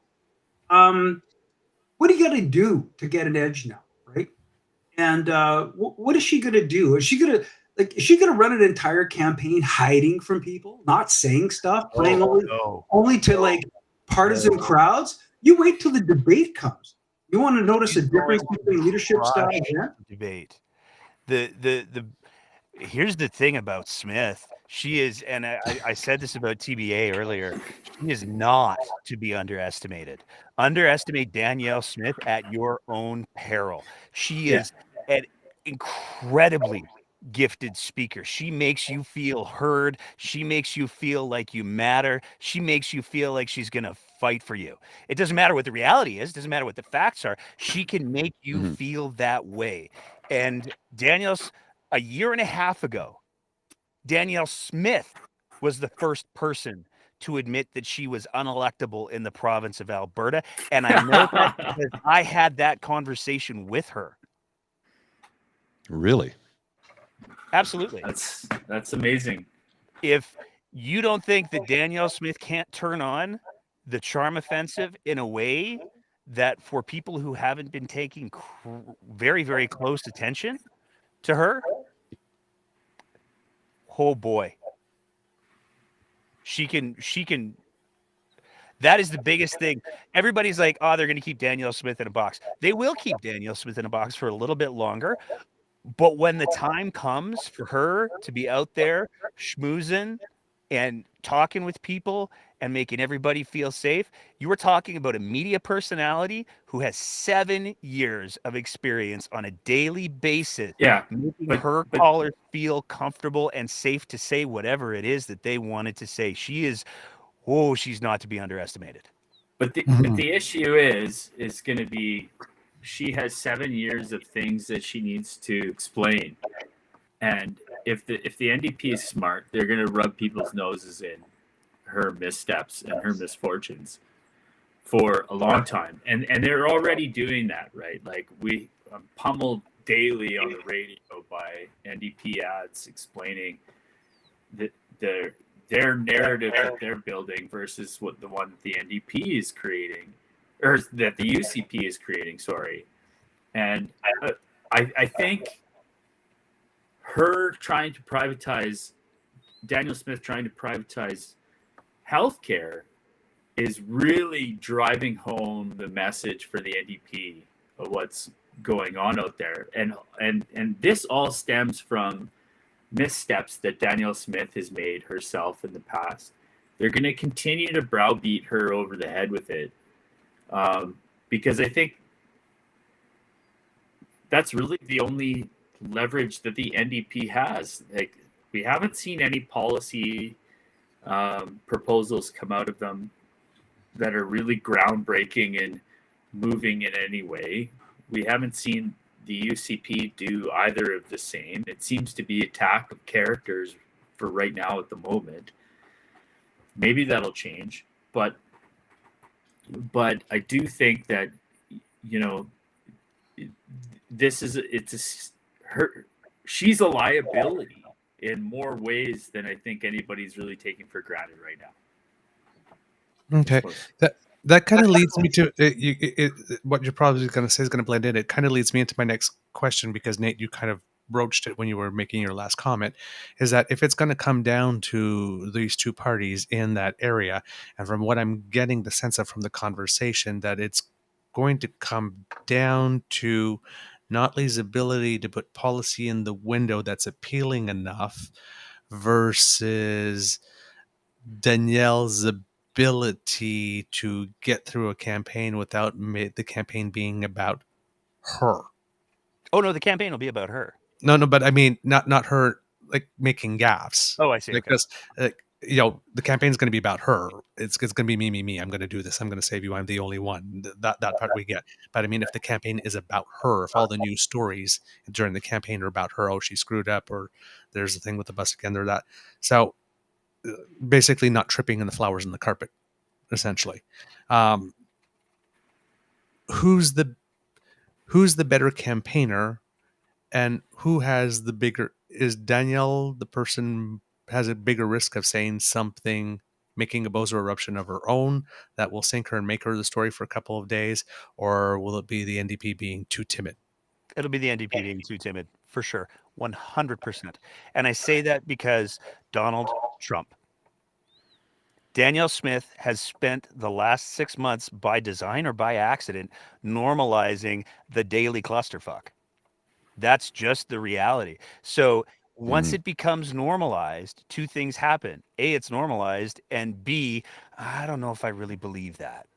You know, like, I don't know. Danielle Smith's home territory is Calgary. She knows the lay of the land. She knows the language that people speak. The NDP, I actually think the biggest delineating factor in this is going to be, and it's going to be fascinating to watch because it kind of goes to what you were talking about earlier, Richard, is when it comes to who owns the media space, whether we're talking conventional media, social media, et cetera, et cetera, et cetera, who owns the flow of information? What's the progressive media outlet in Calgary? I'll wait. Is there one? I mean, I would argue the Sprawl does a great job, but they're not going to influence the election.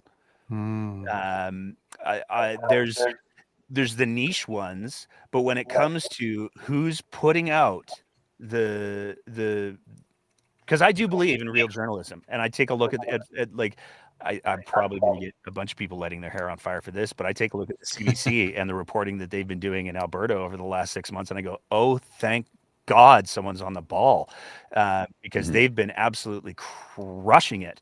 But they're in the middle. On the right, we've got True North, we've got the Rebel, we've got all kinds of different options that have built their machines up, and they don't care. Like, you take a look at True North. This is a fun little experiment. I was going to talk about this tomorrow night, but I'll do it here for fun. You take a look at True North. They're the news for conservatives. They're the True North news. They're all the news that's fit to print.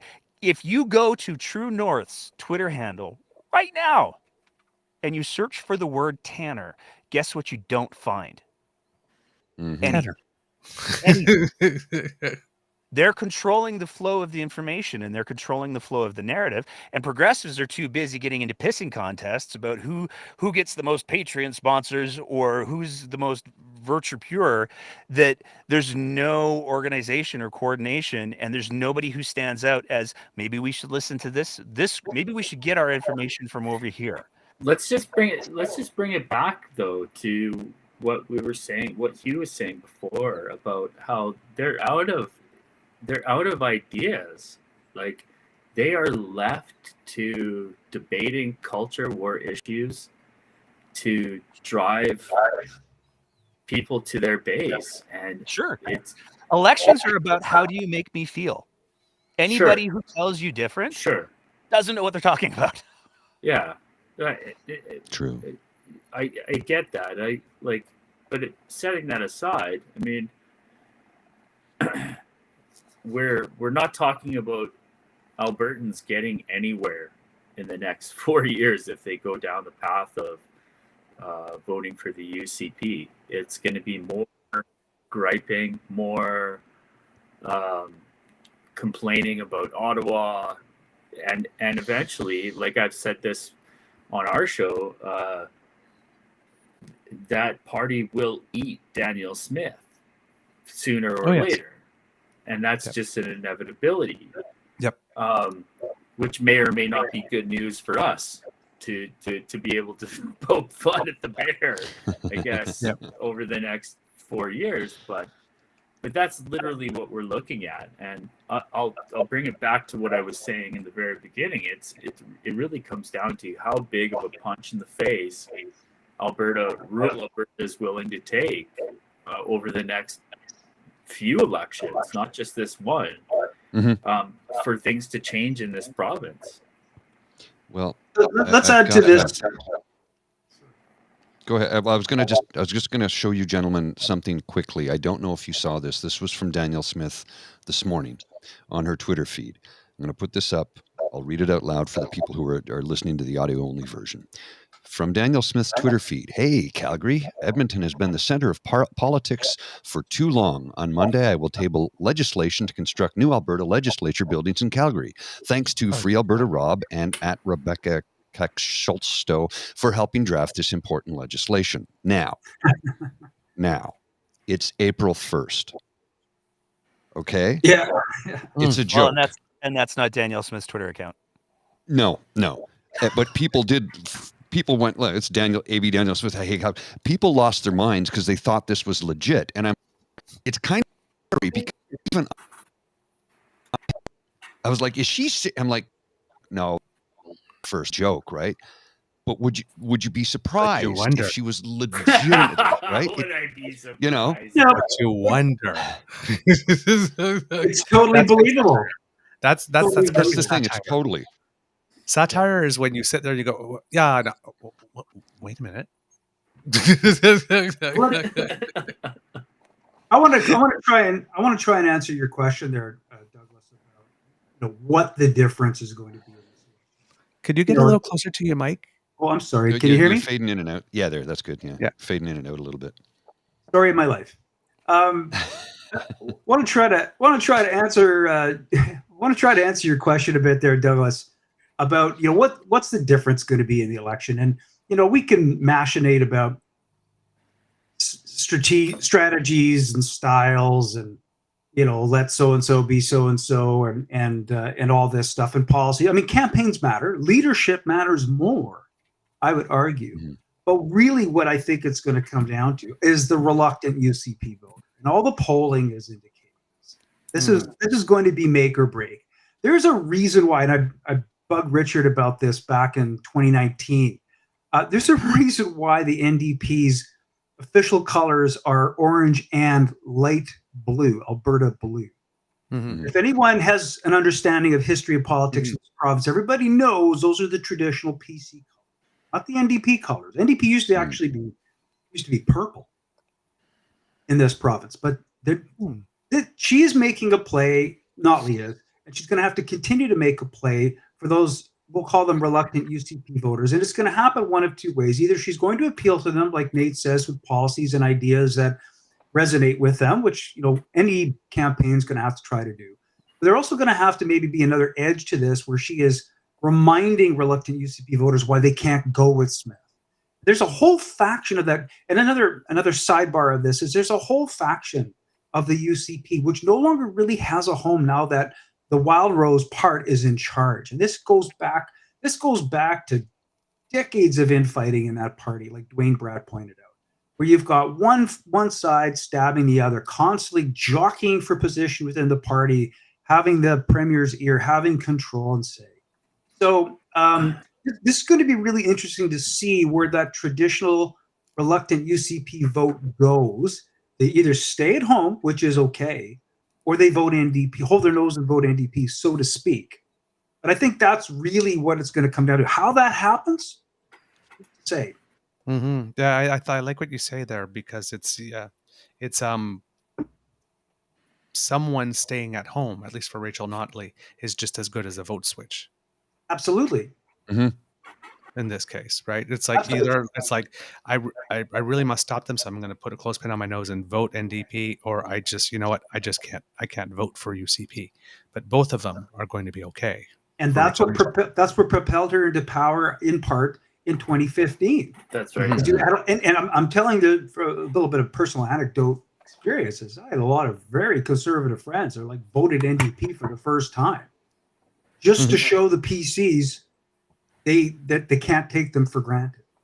Yeah, guys in my Scotch and Cigar Club, a good chunk of them have been lifelong progressive conservatives, and it's important that I put the progressive in front of it, because they believe in good social programs, they like the idea of a UBI, so on and so forth. But they've always identified as progressive conservatives. The last, the last couple of provincial and federal elections, they voted NDP. Because they said the party that they once supported no longer exists in this country. And it's certainly, they still are called the Progressive Conservative Party of Ontario. Doug Ford is not a progressive. Doug Ford is in the pocket of developers. Yeah. He's the most corrupt politician we've ever seen in this province. Yeah. And he's Danielle a corporatist, Smith, not a conservative. Yeah, he's a corporatist. That's all it is. That's all it is. And it's a myth that conservatives are good with balancing the budget. It's a long played out myth. They never have ever done it, ever. I mean, look, case in point, Stephen Harper gets in. He inherits a surplus for the first time in since World War I. We had a surplus. The balance was budget. The debt was getting paid off. There was a surplus, and he ran a deficit budget.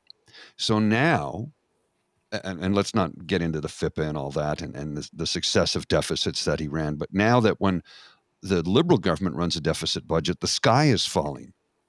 But wait a minute, your hero Harper did it for years, and that was okay. Well, you have to understand, Paul, how things work. I do, which is why he's running a deficit budget after we're coming out of a global pandemic that we've not seen in over a century, number one. Number two, millions of people were out of work for extended time periods.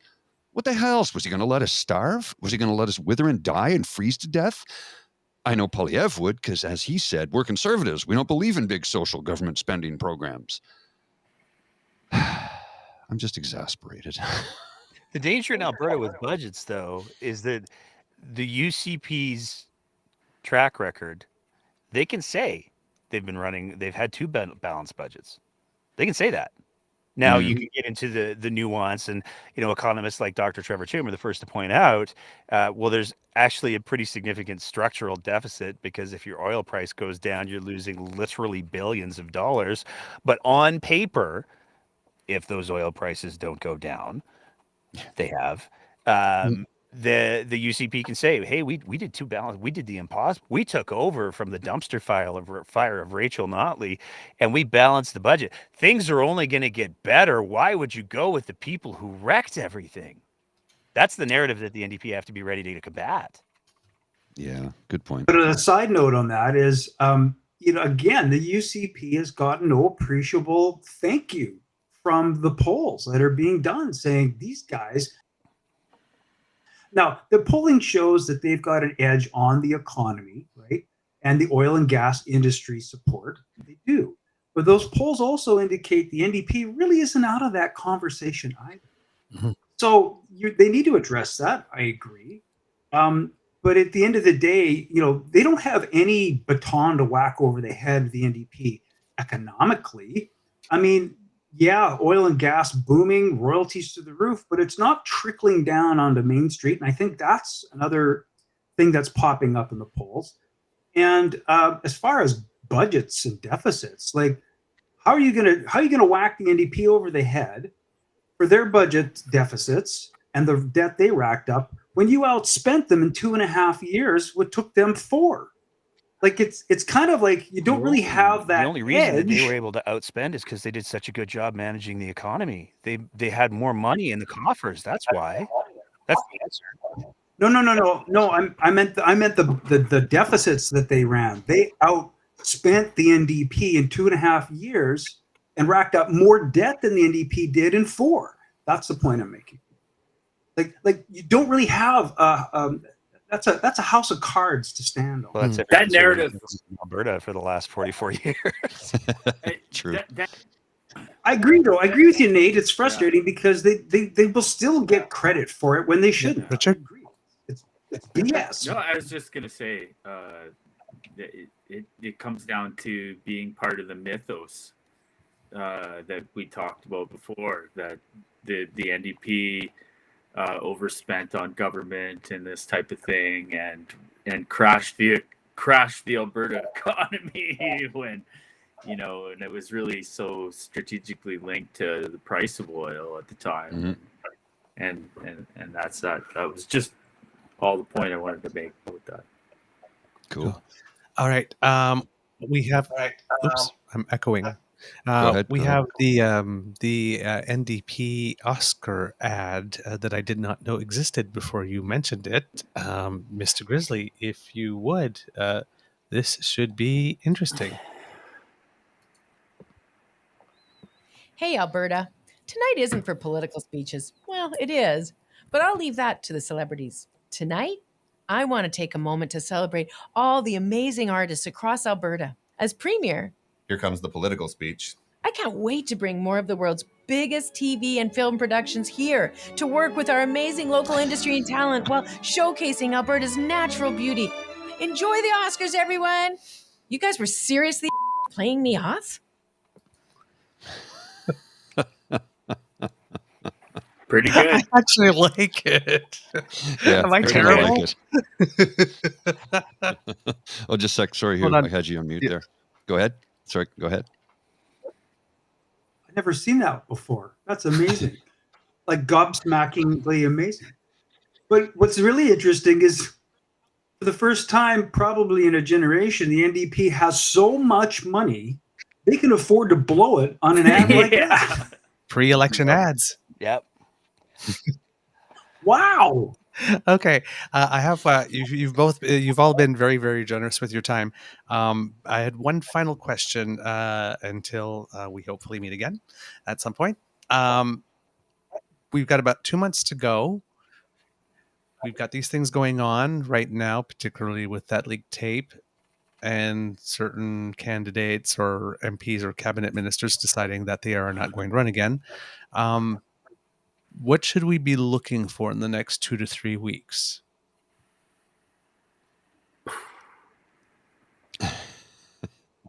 Go first, Nate. Oh, no pressure. No pressure. I think that there's going to be a lot to look for in the next couple of weeks. I think the biggest thing is, I have been watching with great interest the CBC's reporting because one of the things that's very, very clear with the style of story that they're telling is they're very much playing a long game. And I don't think that the story of the interference is anywhere near done. I think that we're going to see more of that rolled out. The exact timing, I have no idea. But I do think that we're going to see more and more of the CBC story in regards to Danielle Smith interfering with the prosecutors or a member of her office. I mean, we get DMs here, and some of the versions of events. I'm not going to get threatened to be sued again quite so quick. So we're gonna let the real reporters do the real reporting. But I don't think that story is anywhere near done. And I think that that's probably one of the biggest things that that I'm going to be looking for. I think that we're going to start to see the tour, as it were. The campaign is, I'm not sure who said it earlier, but I got to disagree. The campaign's in full swing. It's been in full swing for a couple of months now. And I think that it's going to be interesting to see the events. Here's the fundamental problem with Alberta politics. If you take a look at any pick a number on a calendar from last month, let's look at March, and let's just pick a random number. And if you asked anyone on any of those days, hey, would you have seen this coming? The reaction from most people is going to be, well, no, but I believe it. Like, that's totally on brand. Of course, of course Casey Madhu said, do I believe that it was appropriate? No, of course he said that, because he's just playing with words now. So I think that there's some broad. I'm actually, I want to be clear. Everybody always says, Nate, you're just dunking on the NDP, and I'm not just dunking. I dunk on everybody, but I am optimistic, and I would love to see the NDP show up and play a real ground game in Calgary. I think that could be an absolute game changer. Yeah. I hope that they can learn to speak Calgarian. We have some, I mean, we're heading into, I was outside earlier today in my 82 LeBaron, and you're damn straight I had the top down, and it was glorious. So we're talking about prime event weather. We're talking about prime door knocking weather. If the NDP shows up and is able to deliver on those fronts, then I think that we got ourselves a horse race. Can we go back to the 82 Chrysler LeBaron? It's a convertible. Damn straight That's it a is. beauty, brother. That's a beauty. That was my I'm midlife envious. crisis gift to myself for It's only going to $500 be whole dollars. awesome if it's brown. No, it's white because of the cake swap. Even And better. that's the end of this episode of Car Talk with. No. But I think that, I think the CBC story, watching that unfold, and the other pieces of that unfold is going to be, that's what I'm like. I'm just sitting here with my bowl of popcorn ready to go. Because that's going to be, here's the thing, like, everybody dunks on the CBC, but the reporters that are doing those stories, they are I have said this before, I'm going to say it again. They're the biggest protection that we have for our democracy right now, period. Stop. Everybody can pontificate on social media all they want, but those reporters, the Megan Grants, the Elise Von Shields, they are doing the heavy lifting to protect our democratic institutions, and somebody should buy them cake. There you go. Absolutely. All right. Absolutely. Richard and Hugh, what should we be looking for in the next few weeks? No, I think Nate hit it right on the head. Like, this CBC story has legs, and it's not going anywhere.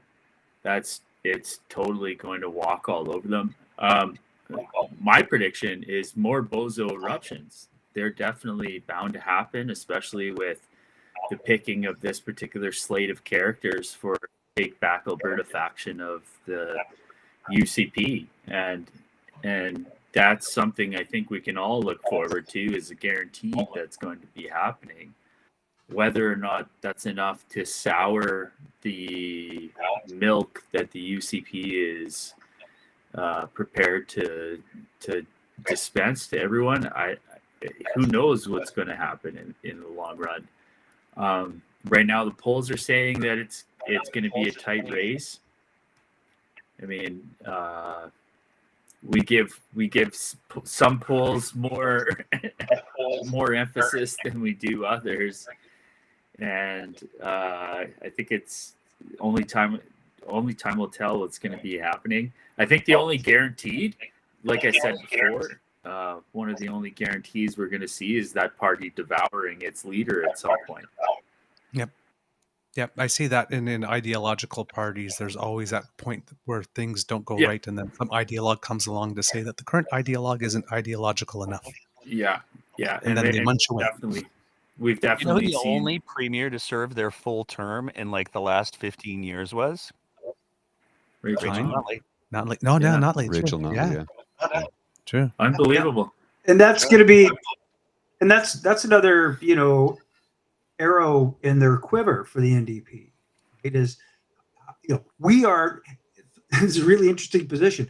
They are now like the stable Yeah. option, right? They are.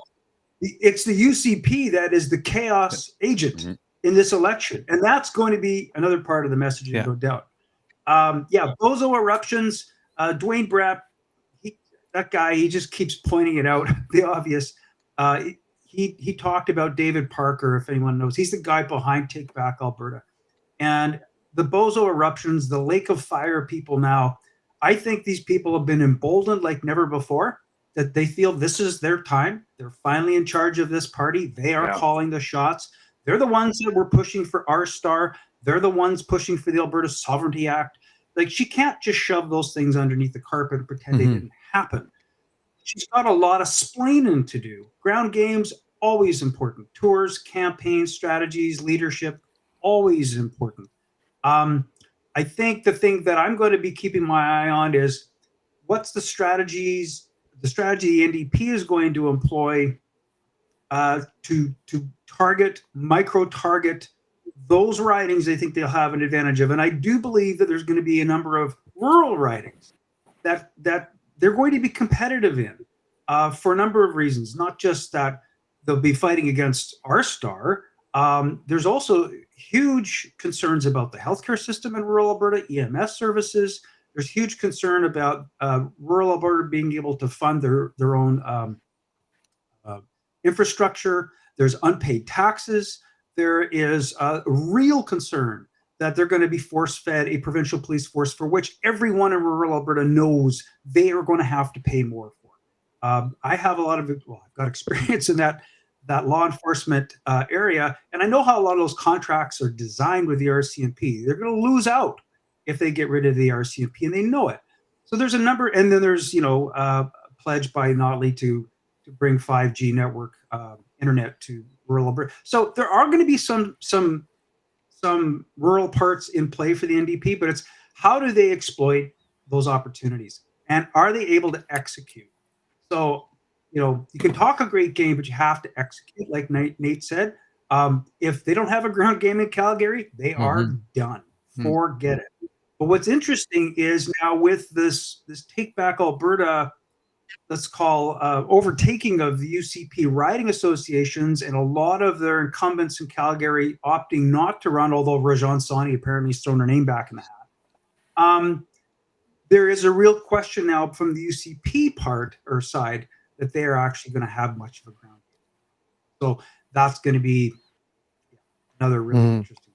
Mr. Grizzly, do you have any things that you're looking at for the next few weeks?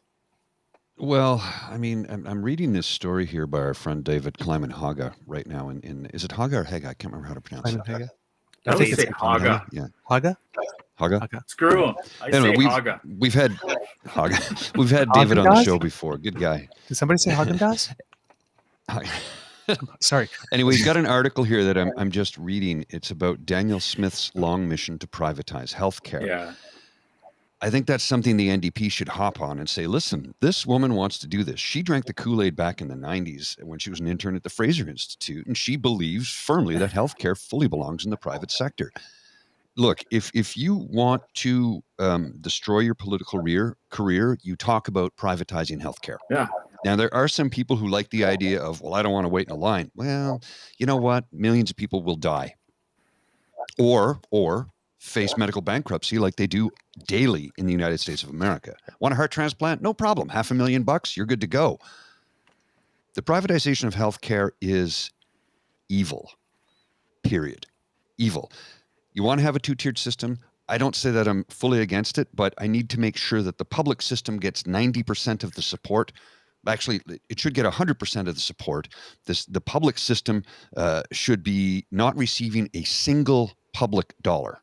Nothing. If you want to pay out of pocket, knock yourself out. I shouldn't be paying for that. I'm happy for my tax dollars to contribute to public systems. That's what they're there for. And she really wants to hammer this home. She's trying to privatize it. She already talked about, what was it, a medical health account where you would have certain credits that you would use. I'm like, what? She's well on her way to privatizing healthcare in the province of Alberta, and Albertans do not care for that. They don't. So Rachel Notley would be in her best interest to hammer the hell out of that And one. she is. Forget, not even just this thing with Pawlowski, that phone call, which, I mean, how she can have a political life after this is beyond me. Because I know one thing about Albertans is they believe in law and order and justice and following the law. And she's trying to circumvent it.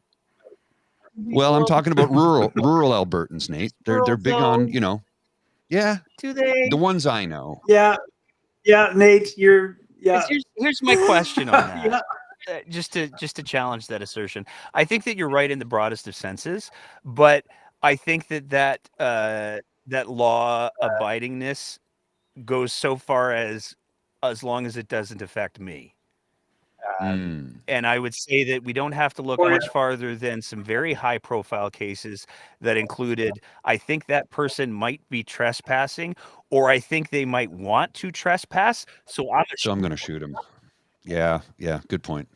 The commitment to law and order, or it's very tribal. Yes. It's just tribal. And conservatives would be like, well, we could do it because liberals will do it, or the NDP do it, and they're corrupt. So it's easily brushed off. It's very tribal. That commitment to law and order. This is again where we get back to the reluctant UCP voters and those traditional PC voters and what they're going to do.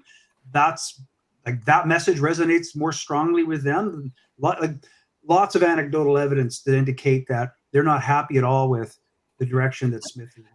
I mean, look at I think what Albertans love about law and order is the picture, the image of, if I call for a police officer because I'm scared, that police officer is going to be there right away. I don't think that it extends to actually addressing the underlying causes of the things that I think are scary, because all you have to do is take a look at how many supervised consumption sites we've closed and or moved in the province of Alberta, when all of the evidence is that's one of the biggest things that not only makes a dent in the number of opioid deaths, the surrounding crime, it actually have a net negative effect on the amount of needles that are in it and all of the places. So they actually suck needles into their system. We don't want to do that here. We don't want to address the underlying problems. The candidate for, I watched a video this afternoon where the candidate for Danielle Smith's riding, who's the mayor of, I think it's either Claresholm or Nanton, one of the two. There's candy shops and good potato wedges. But she straight up says, the problem is that people don't take care of themselves. They don't take any personal responsibility. Also, we have to take care of our neighbors. And it's like, can you square that circle for me, please? But it resonates, because now we're not talking about we need to take care of the person who has, XYZ trauma. It's we need to take care of the person who's like me, who's in my community. Right. That's what they're really saying. It's not let's deal with the underlying problems so that nobody has to deal with the shit. It's I want my little sandbox to be pretty. Don't mess up my sandbox, which is again why elections are all about how you make me feel. Mm-hmm. For me, what I'll be watching for over the next few weeks, because the thing with Pawlowski, the thing that interests me is this guy felt the need to have to record that. And during the conversation, he mentioned certain things about him feeling like things weren't progressing or not moving. So it feels like these people to whom she's beholden feel that they need to monitor and track and record everything. And she's going to be doing a very interesting dance the closer the election date comes. And she might have a case of Aaron O'Toole disease. Yeah, totally. Yeah. Couldn't agree more. So I'll be waiting to see if how that faction starts turning, just sort of like when Paul Oliver, when he made that speech at that Ukraine rally, and this, oh, so now we see your true colors, and then a couple of people left there, and then he denounced Christine Exactly. allegedly And that's, without doing it, and then a couple more people left, and there's that dance that they do, and I want to see what happens with that dance. it's the razor's edge on which all conservative leaders have to sit on. Which side are they going to slip down? And guys like Kozlowski, who was actually started the Alberta Independence Party or something like that, got kicked out. He was the leader. Other people like Derek Filibrand, which also had the was it the Alberta Western what's it called, Western Independence Party. And many others. In Saskatchewan, there's like the Buffalo Party, right? Like these, and Tamara Lech was like part of that group too, right? So all these disparate groups are watching, and for, like you said, Douglas, things that they say, and in that conversation she has with Kozlowski, you can see as she's trying to like ride this line, like I got to show empathy and show this guy I'm on his side, but I still have like apparently like and tell you I'll see what I can do, even though as I'm telling you, I'm not sure there's a because we don't have that here. And Rich and I will talk about this in our show tomorrow too, about that conversation. Why did he have to? That's interesting. Nothing illegal in that, by the way. But they don't trust her. And what's also interesting was the response from her office, and this goes to speak to what Nate was saying about CBC and the level of professionalism, the kind of journalism they're doing. They didn't just release this copy they got from Pulaski. They never owned it. He gave it to them. Interesting choice, Mr. Pulaski. And then they gave her and her office an opportunity to make a comment on it before they ran with the story. So they're being very much above board with this. That'll be really interesting to see. And I think it's going to come back to Nate. But my take on it is it's going to if an email was sent to a prosecutor, you better believe a lawyer has kept a copy of that. Somebody somewhere is sitting with a PDF copy of that on their laptop, and they're going to wait for the right time to release it. I'd say about and it won't be the 9 CBC's days fault. before voting day. Yeah, we hope so. On a Thursday, so I got one more Thursday. So let's see. That was you know what? Let's start a poll. Hold on. Voting day is the 29th. Allegedly. So, let's see. Allegedly. Allegedly the 29th. Yeah. 58 days to So go. the 19th is 2 Fridays before. Let's say that's going to happen on the Thursday. Plenty of time to talk about it on the weekend and the whole next. So yeah, May 18th.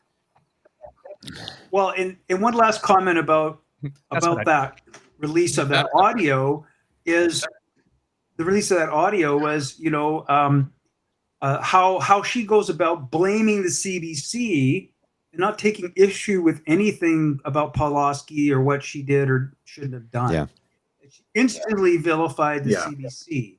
And Rob Anderson, her chief of staff, who's also a lawyer and should know better, was saying it was disgusting and beneath contempt that they would release this. Well, guess what? That's what good responsible journalists do. And they fact check, and they gave you guys a chance to refute it. You didn't. Instead, you just want to play the blame CBC. How dare you broadcast inconvenient truths and unflattering things about me? Can I make one last point, and then I'll shut up, I promise? Sure. That's it. We need to have a real conversation in this country about how we fund things. Because if we're going to say that we need to have publicly funded healthcare that's responsible for delivering publicly funded healthcare in a safe and responsible way because of the high stakes that are involved with the outcomes, because of the issues with accessibility, then everybody who's running around saying defund the CBC, you need to go check yourself. Because if we allow the only people who are producing media or producing journalism to be people who are at the end of the day responsible for a bottom line and a profit margin, then the exact same arguments that we're trying to defend our public healthcare system need to be utilized in regards to defending our public journalism system, because otherwise it becomes about clicks and it becomes about money. So everybody who's saying, there's some things the CBC could for sure be doing better. I don't like the fact that they're doing their profitable podcasting. I think that's sketchy as all hell. But we need these people to be doing the excellent jobs that they're doing. Otherwise, we're in a whole lot of trouble. Right. Well, and who's screaming for the defund? Who's the biggest? Well, the people who already own trumpeter their of own that? media conglomerations. Well, but I mean, no. Who's the biggest? The politician that screams at the loudest and the most often? Polyev, Pierre Polyev. Well, he's got He True wants North. to defund the CBC. Yeah, exactly. And they're firmly in each other's pockets. So, Yeah. Well, I just have one last thing to post here. I'm just going to put it up, and you can take a look at this photo and tell me what your thoughts are. Tell me what your thoughts are about this. So she's holding the copy of the Druthers newspaper. She has Freedom hats, On Guard We Stand, and F. Trudeau hats for sale. I think that's a bottle of urine on the table. Placed her jacket on the statue of Terry Fox, which is akin to me wanting to go stabby on people. And if you look up at this little banner here, what does that say? World Economic Forum, Agenda 21. Oh, for Christ's sake, the Q-nuts are on the hill. Oh, that's today. That's right now, like an hour ago. Literally an hour ago. Here's my question. Tens of people came to Ottawa to let the government know that they are a movement with broad public support. Breaking news. These people are so pissed off about like the economy and everything. Where the hell do they get the disposable income to do this stuff? Right, dude. Right. Go get a job. Make better Go choices get a with your job, money. you bum. I work 70 hours a week. I don't have time to, like somebody said, why don't you run down? And I go, I don't. I was editing all day today. And then we're doing a live show. I don't have the time to do that shit. So they're complaining about the economy and all these horrible things that Trudeau have done, and yet they have the time and the freedom to do it. Why don't they all just go get a job? Yeah. Hey, why don't you just stop being a bum on CERB money, get off your lazy butt, and go get a job like I the just rest think we of them? really need to underscore that the World Economic Forum is headquartered out of Switzerland. So if you really want to fight the fight, go. That's where you go. Head That's that why you way. fight hop power. on a plane, y'all. Go to Davos. Please. Let us know how it turns out. Yeah. You might have to be there for a while. It's a big machine. Then you see all these Plan people on coming staying back for a couple of corrupted. years. Well, that's the grift. Then you see Remember, all these people come back corrupted. Oh my God, Davos was wonderful. It's like remember, we're missing out. everybody over the age of 18 in Switzerland who is able-bodied, and I mean you are capable of serving in the army, has to do mandatory military service. Everybody over the age of 18 who is physically capable does this. And when you leave, they issue you an automatic weapon. Everybody over the age of 18 who has served in the army has a fully automatic rifle at home.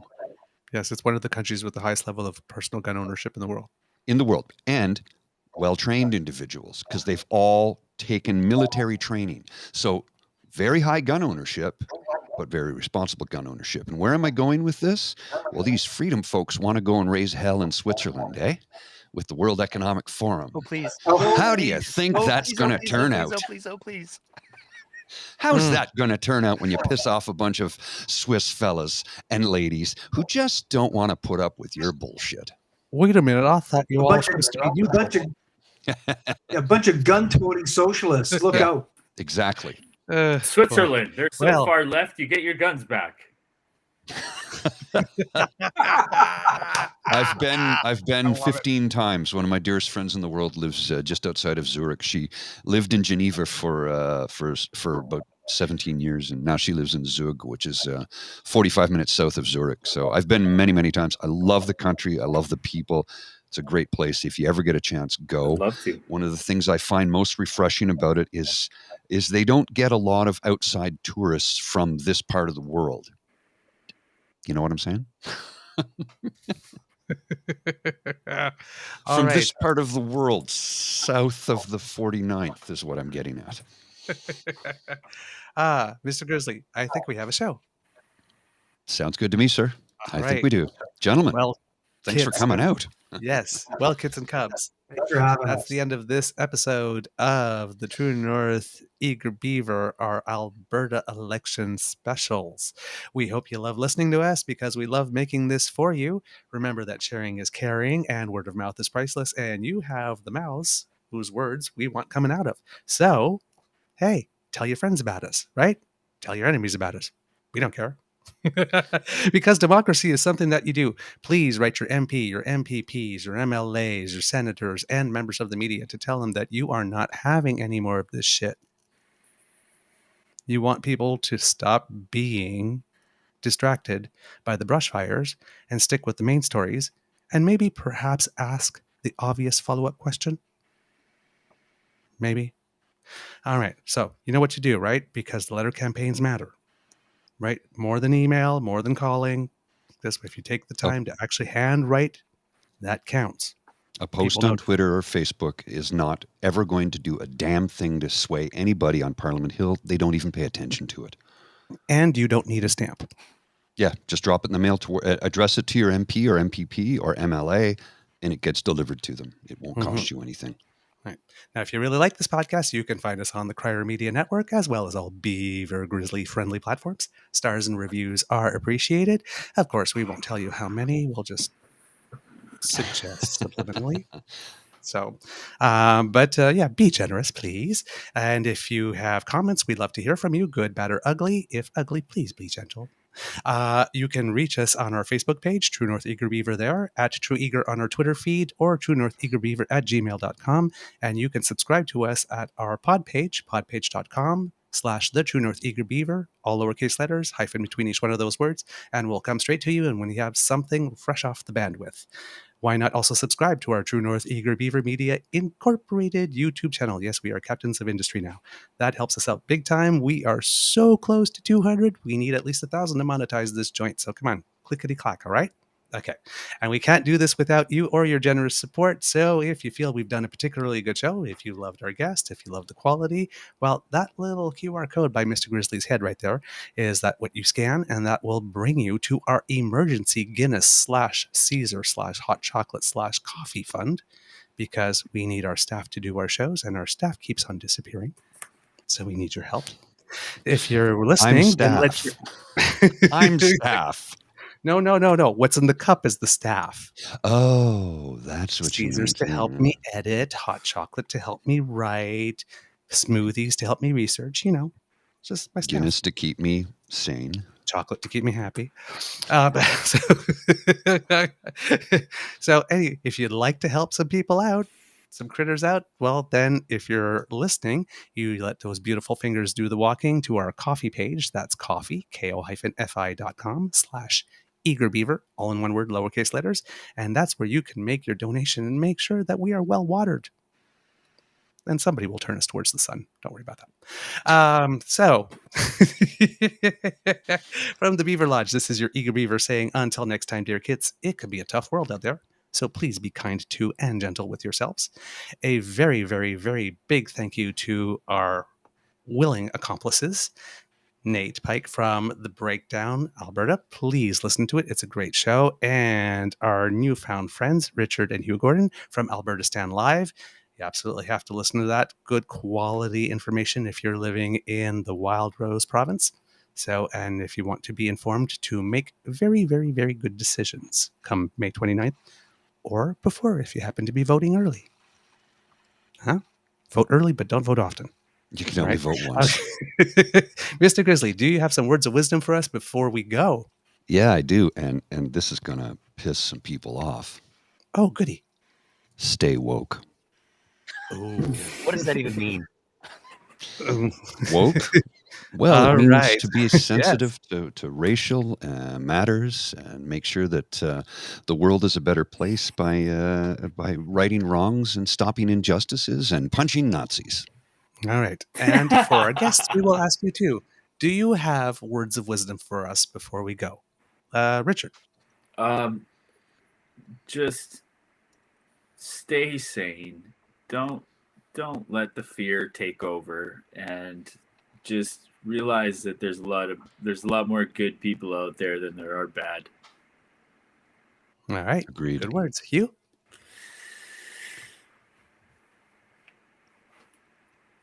Oops. Oh, sorry. Sorry. There we go. Apologies. Oh, no. I've got nothing to add. I got no advice for other human beings. My life is a mess. It's a tragedy. Okay, wait a minute. We need to go on here. Tell us more. No. That's a whole other show. Nate? In other words, don't do what I do. Yeah, I don't know. Keep her between the ditches. What do you want me to say? Yeah. No, that's good. That's All good. right, Nate. I mean, with the ditches thing, I just want to say everybody should have a Rob Anderson, apparently. But what I'll actually say is, I think that if there was one thing, and this is how I try to end the show when we do it. By the way, tomorrow night at 8 Mountain Standard Time. But if I was going to say one thing, we have to get better at having conversations with people. Yeah. We have to get better at communicating with people. And so the call to action that I try to throw out to people at the end of every one of our episodes is, even if it's uncomfortable, find one person a week to have if you live in Alberta, find one person a week to have a conversation about Alberta politics with, because even if it is uncomfortable, you're going to learn how to have those conversations better. And no matter what, you almost certainly aren't embarrassing yourself in front of an internet audience of who knows how many people. So it could be so much worse. But I always end with the tagline, keep the conversation going. And I do that because we have to have these conversations. Everybody gets so squirrely about like, oh, but politics. Well, yes, but they're coming for you. So what would you like to do about that? Mm-hmm. Mm-hmm. And before we go, where can the Kits and Kubs find you? Go ahead, Nate. It depends on the day. A lot of people seem to think that I hang out in my mom's basement, which isn't actually the truth. But if you want to follow us on the Twitter machine, it's at pretty much all of the social media is at the Breakdown AB. We're most prolific on Twitter, and we do have the YouTube channel. And we do live shows. We do shows every Wednesday and Friday at 8:00.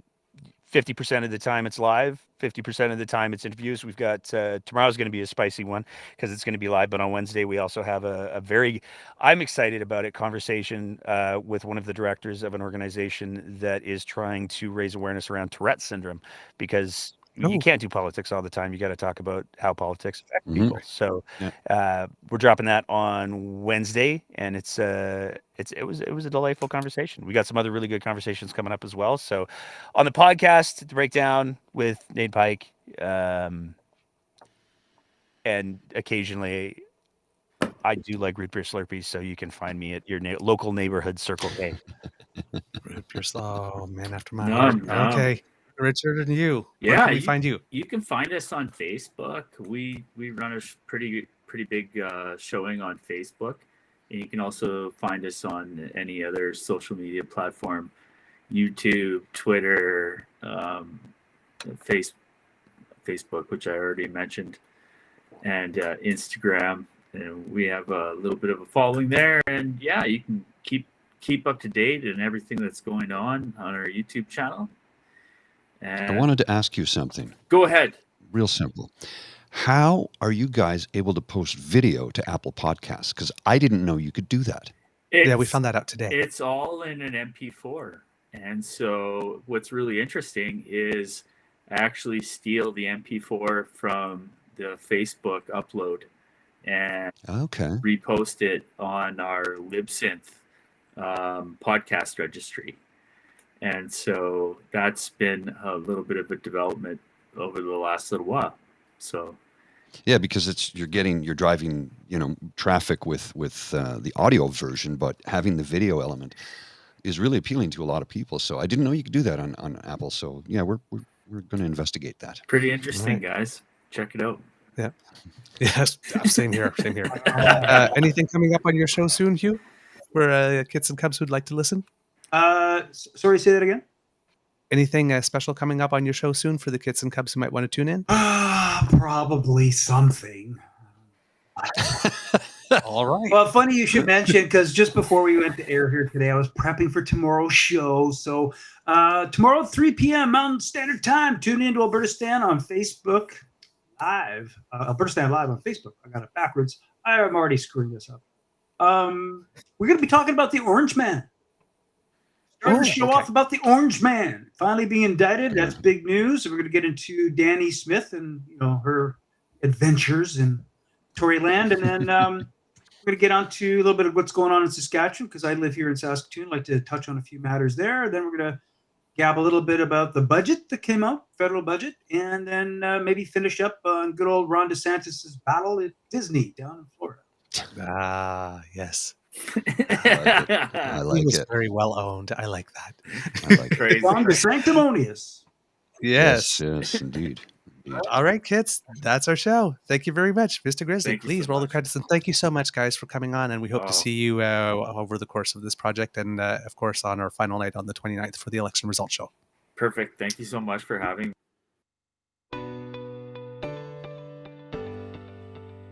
You are listening to a True North Eager Beaver media podcast. The True North Eager Beaver podcasts are proudly brought to you by our founding sponsors, the Miss V Mysteries from Corvid Moon Publishing, your source for science fiction, fantasy, and cozy mysteries featuring a broad diversity of characters. CanadianTarot.com, your uniquely Canadian online eclectic tarot community and forum, and The Peppermaster, hot pepper sauces made from fresh farm ingredients to thrill your taste buds and expand your mind.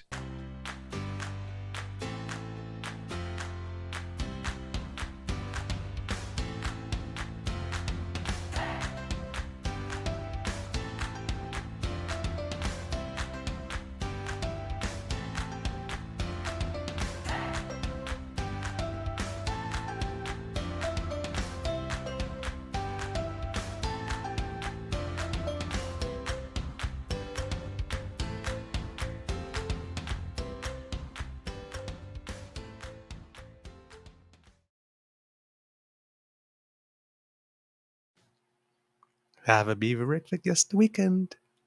I'm going to the pub. I need a pint. See ya.